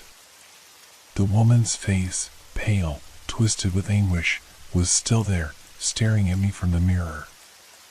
Her mouth moved, but no words came out. Only the screams echoed in my mind. They were louder now, the sound like 1,000 wails of torment, reverberating in the air around me. My head pounded with the force of them. "You can't leave," the voice whispered again, but this time it was not only the woman's voice. It was a chorus, 1,000 voices layered together, speaking in unison, their words wrapping around my mind, squeezing it until I thought it might snap. I stumbled back, falling to the floor, the room spinning. My hands scraped across the cold, uneven surface as I tried to push myself upright. My breath was shallow, panicked. I couldn't breathe. It felt as though the very air was choking me, twisting around my throat, squeezing the life from me. I tried to scream, but no sound came. Then, something shifted. The floor beneath me cracked, a deep, resounding crack that shook the entire room. I looked down and saw the cracks spreading out like spider webs, fissures running across the surface, widening and deepening. The walls were buckling, twisting, as if the building itself were coming apart. The figures in the shadows moved faster now, their feet sliding across the floor, their movements too fluid, too unnatural. They weren't walking anymore, they were gliding, drifting toward me like wraiths, their faces blank, their eyes hollow. I pushed myself up, my heart racing. My legs were weak, unsteady beneath me, but I couldn't stop. I had to move. I had to get out. The door, no, it wasn't a door. It was a rift, a tear in reality, stretching wider and wider, opening into something else. It was a doorway, but not to the world I knew. It was a doorway into something far worse. I tried to move toward it, but as I took a step, the floor buckled beneath me again, sending me crashing to the ground. My head hit the floor with a sickening thud, the world spinning around me. The pain was sharp, but it was nothing compared to the terror that consumed me. The room was collapsing. I could hear the ceiling groaning, the walls shuddering as if they were being pulled apart by some unseen force. The air around me vibrated, thick and heavy, as though something was coming for me from the darkness. The shadows reached out, fingers stretching, closing in. They were all around me now, suffocating, consuming. I could feel their presence, their cold, clammy hands brushing against my skin. I screamed, finally, a sound, a broken, desperate cry, but it was swallowed up by the darkness. "You belong to us," the chorus of voices whispered, their words like a cold breeze brushing over my skin. The walls were pressing in, the ceiling bending, and I knew, deep down, that there was no escape. I closed my eyes, the fear crashing over me like a tidal wave. I tried to push it away, to fight it, but the darkness was too strong. It surrounded me, drowned me. And then everything went quiet. The noise, the fear, the overwhelming pressure, all of it vanished in an instant. I opened my eyes, blinking, confused. The room was still there, but it was different. The walls were intact, the floor solid beneath me. The mirror was gone. And yet, the silence was deafening. I stood, shakily, my mind reeling. What had just happened? Had I imagined it? Had I lost my mind? I couldn't answer that question. I didn't know. But then, as I turned toward the door, I saw something. A figure, just a shadow at first, standing in the doorway, watching me. Its form was indistinct, but its eyes, glowing faintly in the dark, were fixed on me, unwavering. It was waiting for me to come closer. "You are not free," the voice whispered again. It was close now, right behind me. I spun around, but there was nothing. Just emptiness. The room was still, silent, as if nothing had ever happened. But I knew that it wasn't over. It would never be over. I was never alone. The room that didn't exist, had found me. And it wasn't going to let me go. I was trapped. Forever. And somewhere, deep within the walls, I could hear it. The whisper. "You are ours now." I don't know how long it's been. Time has become a blur, slipping through my fingers like sand, each moment stretching and warping until nothing feels real anymore. I could tell you it's been days, weeks, or maybe even months, but I don't think it matters. The room has a way of distorting time, making it feel like hours pass in an instant and entire years disappear in the blink of an eye. I don't sleep anymore. There's no reason to. The bed, the chair, the table, the furniture I never placed remains in the corner, unchanged. The flickering light above me, the creaking floorboards beneath my feet, all of it stays exactly the same. But it's different now. I've learned things. Things I wish I hadn't. I've seen the faces of those who've been here before, their eyes empty, their mouths twisted into silent screams. They pass by me in the corners of my vision, only there for a split second before vanishing again, but I know they're real. I know they were once like me, lost, confused, desperate to escape. And now, they are nothing more than phantoms, trapped within the walls of the room that doesn't exist. I try to avoid the door. It's always there, waiting. The darkness beyond it pulls at me, whispers my name in a voice I no longer recognize. The shadows have become my only companions, and they follow me wherever I go, watching, waiting. Their presence is suffocating, and sometimes, when I close my eyes, I can feel their cold breath against my skin. There's no way out. There's no escape. I've tried to leave. Oh, how I've tried. I've run down the hallways that stretch endlessly, turned corner after corner only to find myself back at the door that never moves, never opens. I've pounded on the walls, screamed at the ceiling, hoping someone would hear me. But the silence always answers, the same oppressive silence that fills every inch of this place. And the whispers, they've gotten louder. The voices are no longer just faint murmurs, drifting through the air. They're clear now. They echo in my head, circling, taunting. You're ours, they say. You'll never leave. Sometimes, I think I see it. A glimpse of the world beyond, a memory of the life I once had. But it's always fleeting, always just out of reach. The faces of my family, friends, the outside world, all of it blurs together like a dream that fades when I wake. I don't know if it was ever real. Was I ever real? The room has changed me. I can feel it, deep inside, where the fear used to be. There's a numbness now, a coldness that runs through my veins, replacing the panic with something far worse. A sense of inevitability, of acceptance. I'm beginning to realize that maybe this is all there is. The room, the whispers, the endless cycle. I don't fight it anymore. I've stopped looking for an escape. The door will never open. The walls will never crumble. The room is endless. And I am a part of it now. Sometimes I hear a knock. Faint at first, like a distant echo.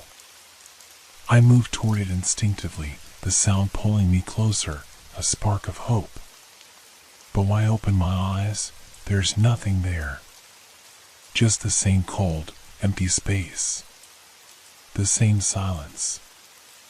I've learned to listen to the silence now. It's not empty. It's full of things. Full of echoes. Full of shadows. I don't know if anyone else is still out there. Maybe they're all gone. Maybe I'm the last one, the last person who'll ever remember the world that was. And maybe, just maybe, I'll be the next one to fade away, to become a shadow, a face in the corner, waiting for someone else to find me. But I don't think it matters anymore. There's no escape from the room that doesn't exist. And I've become part of it. Forever.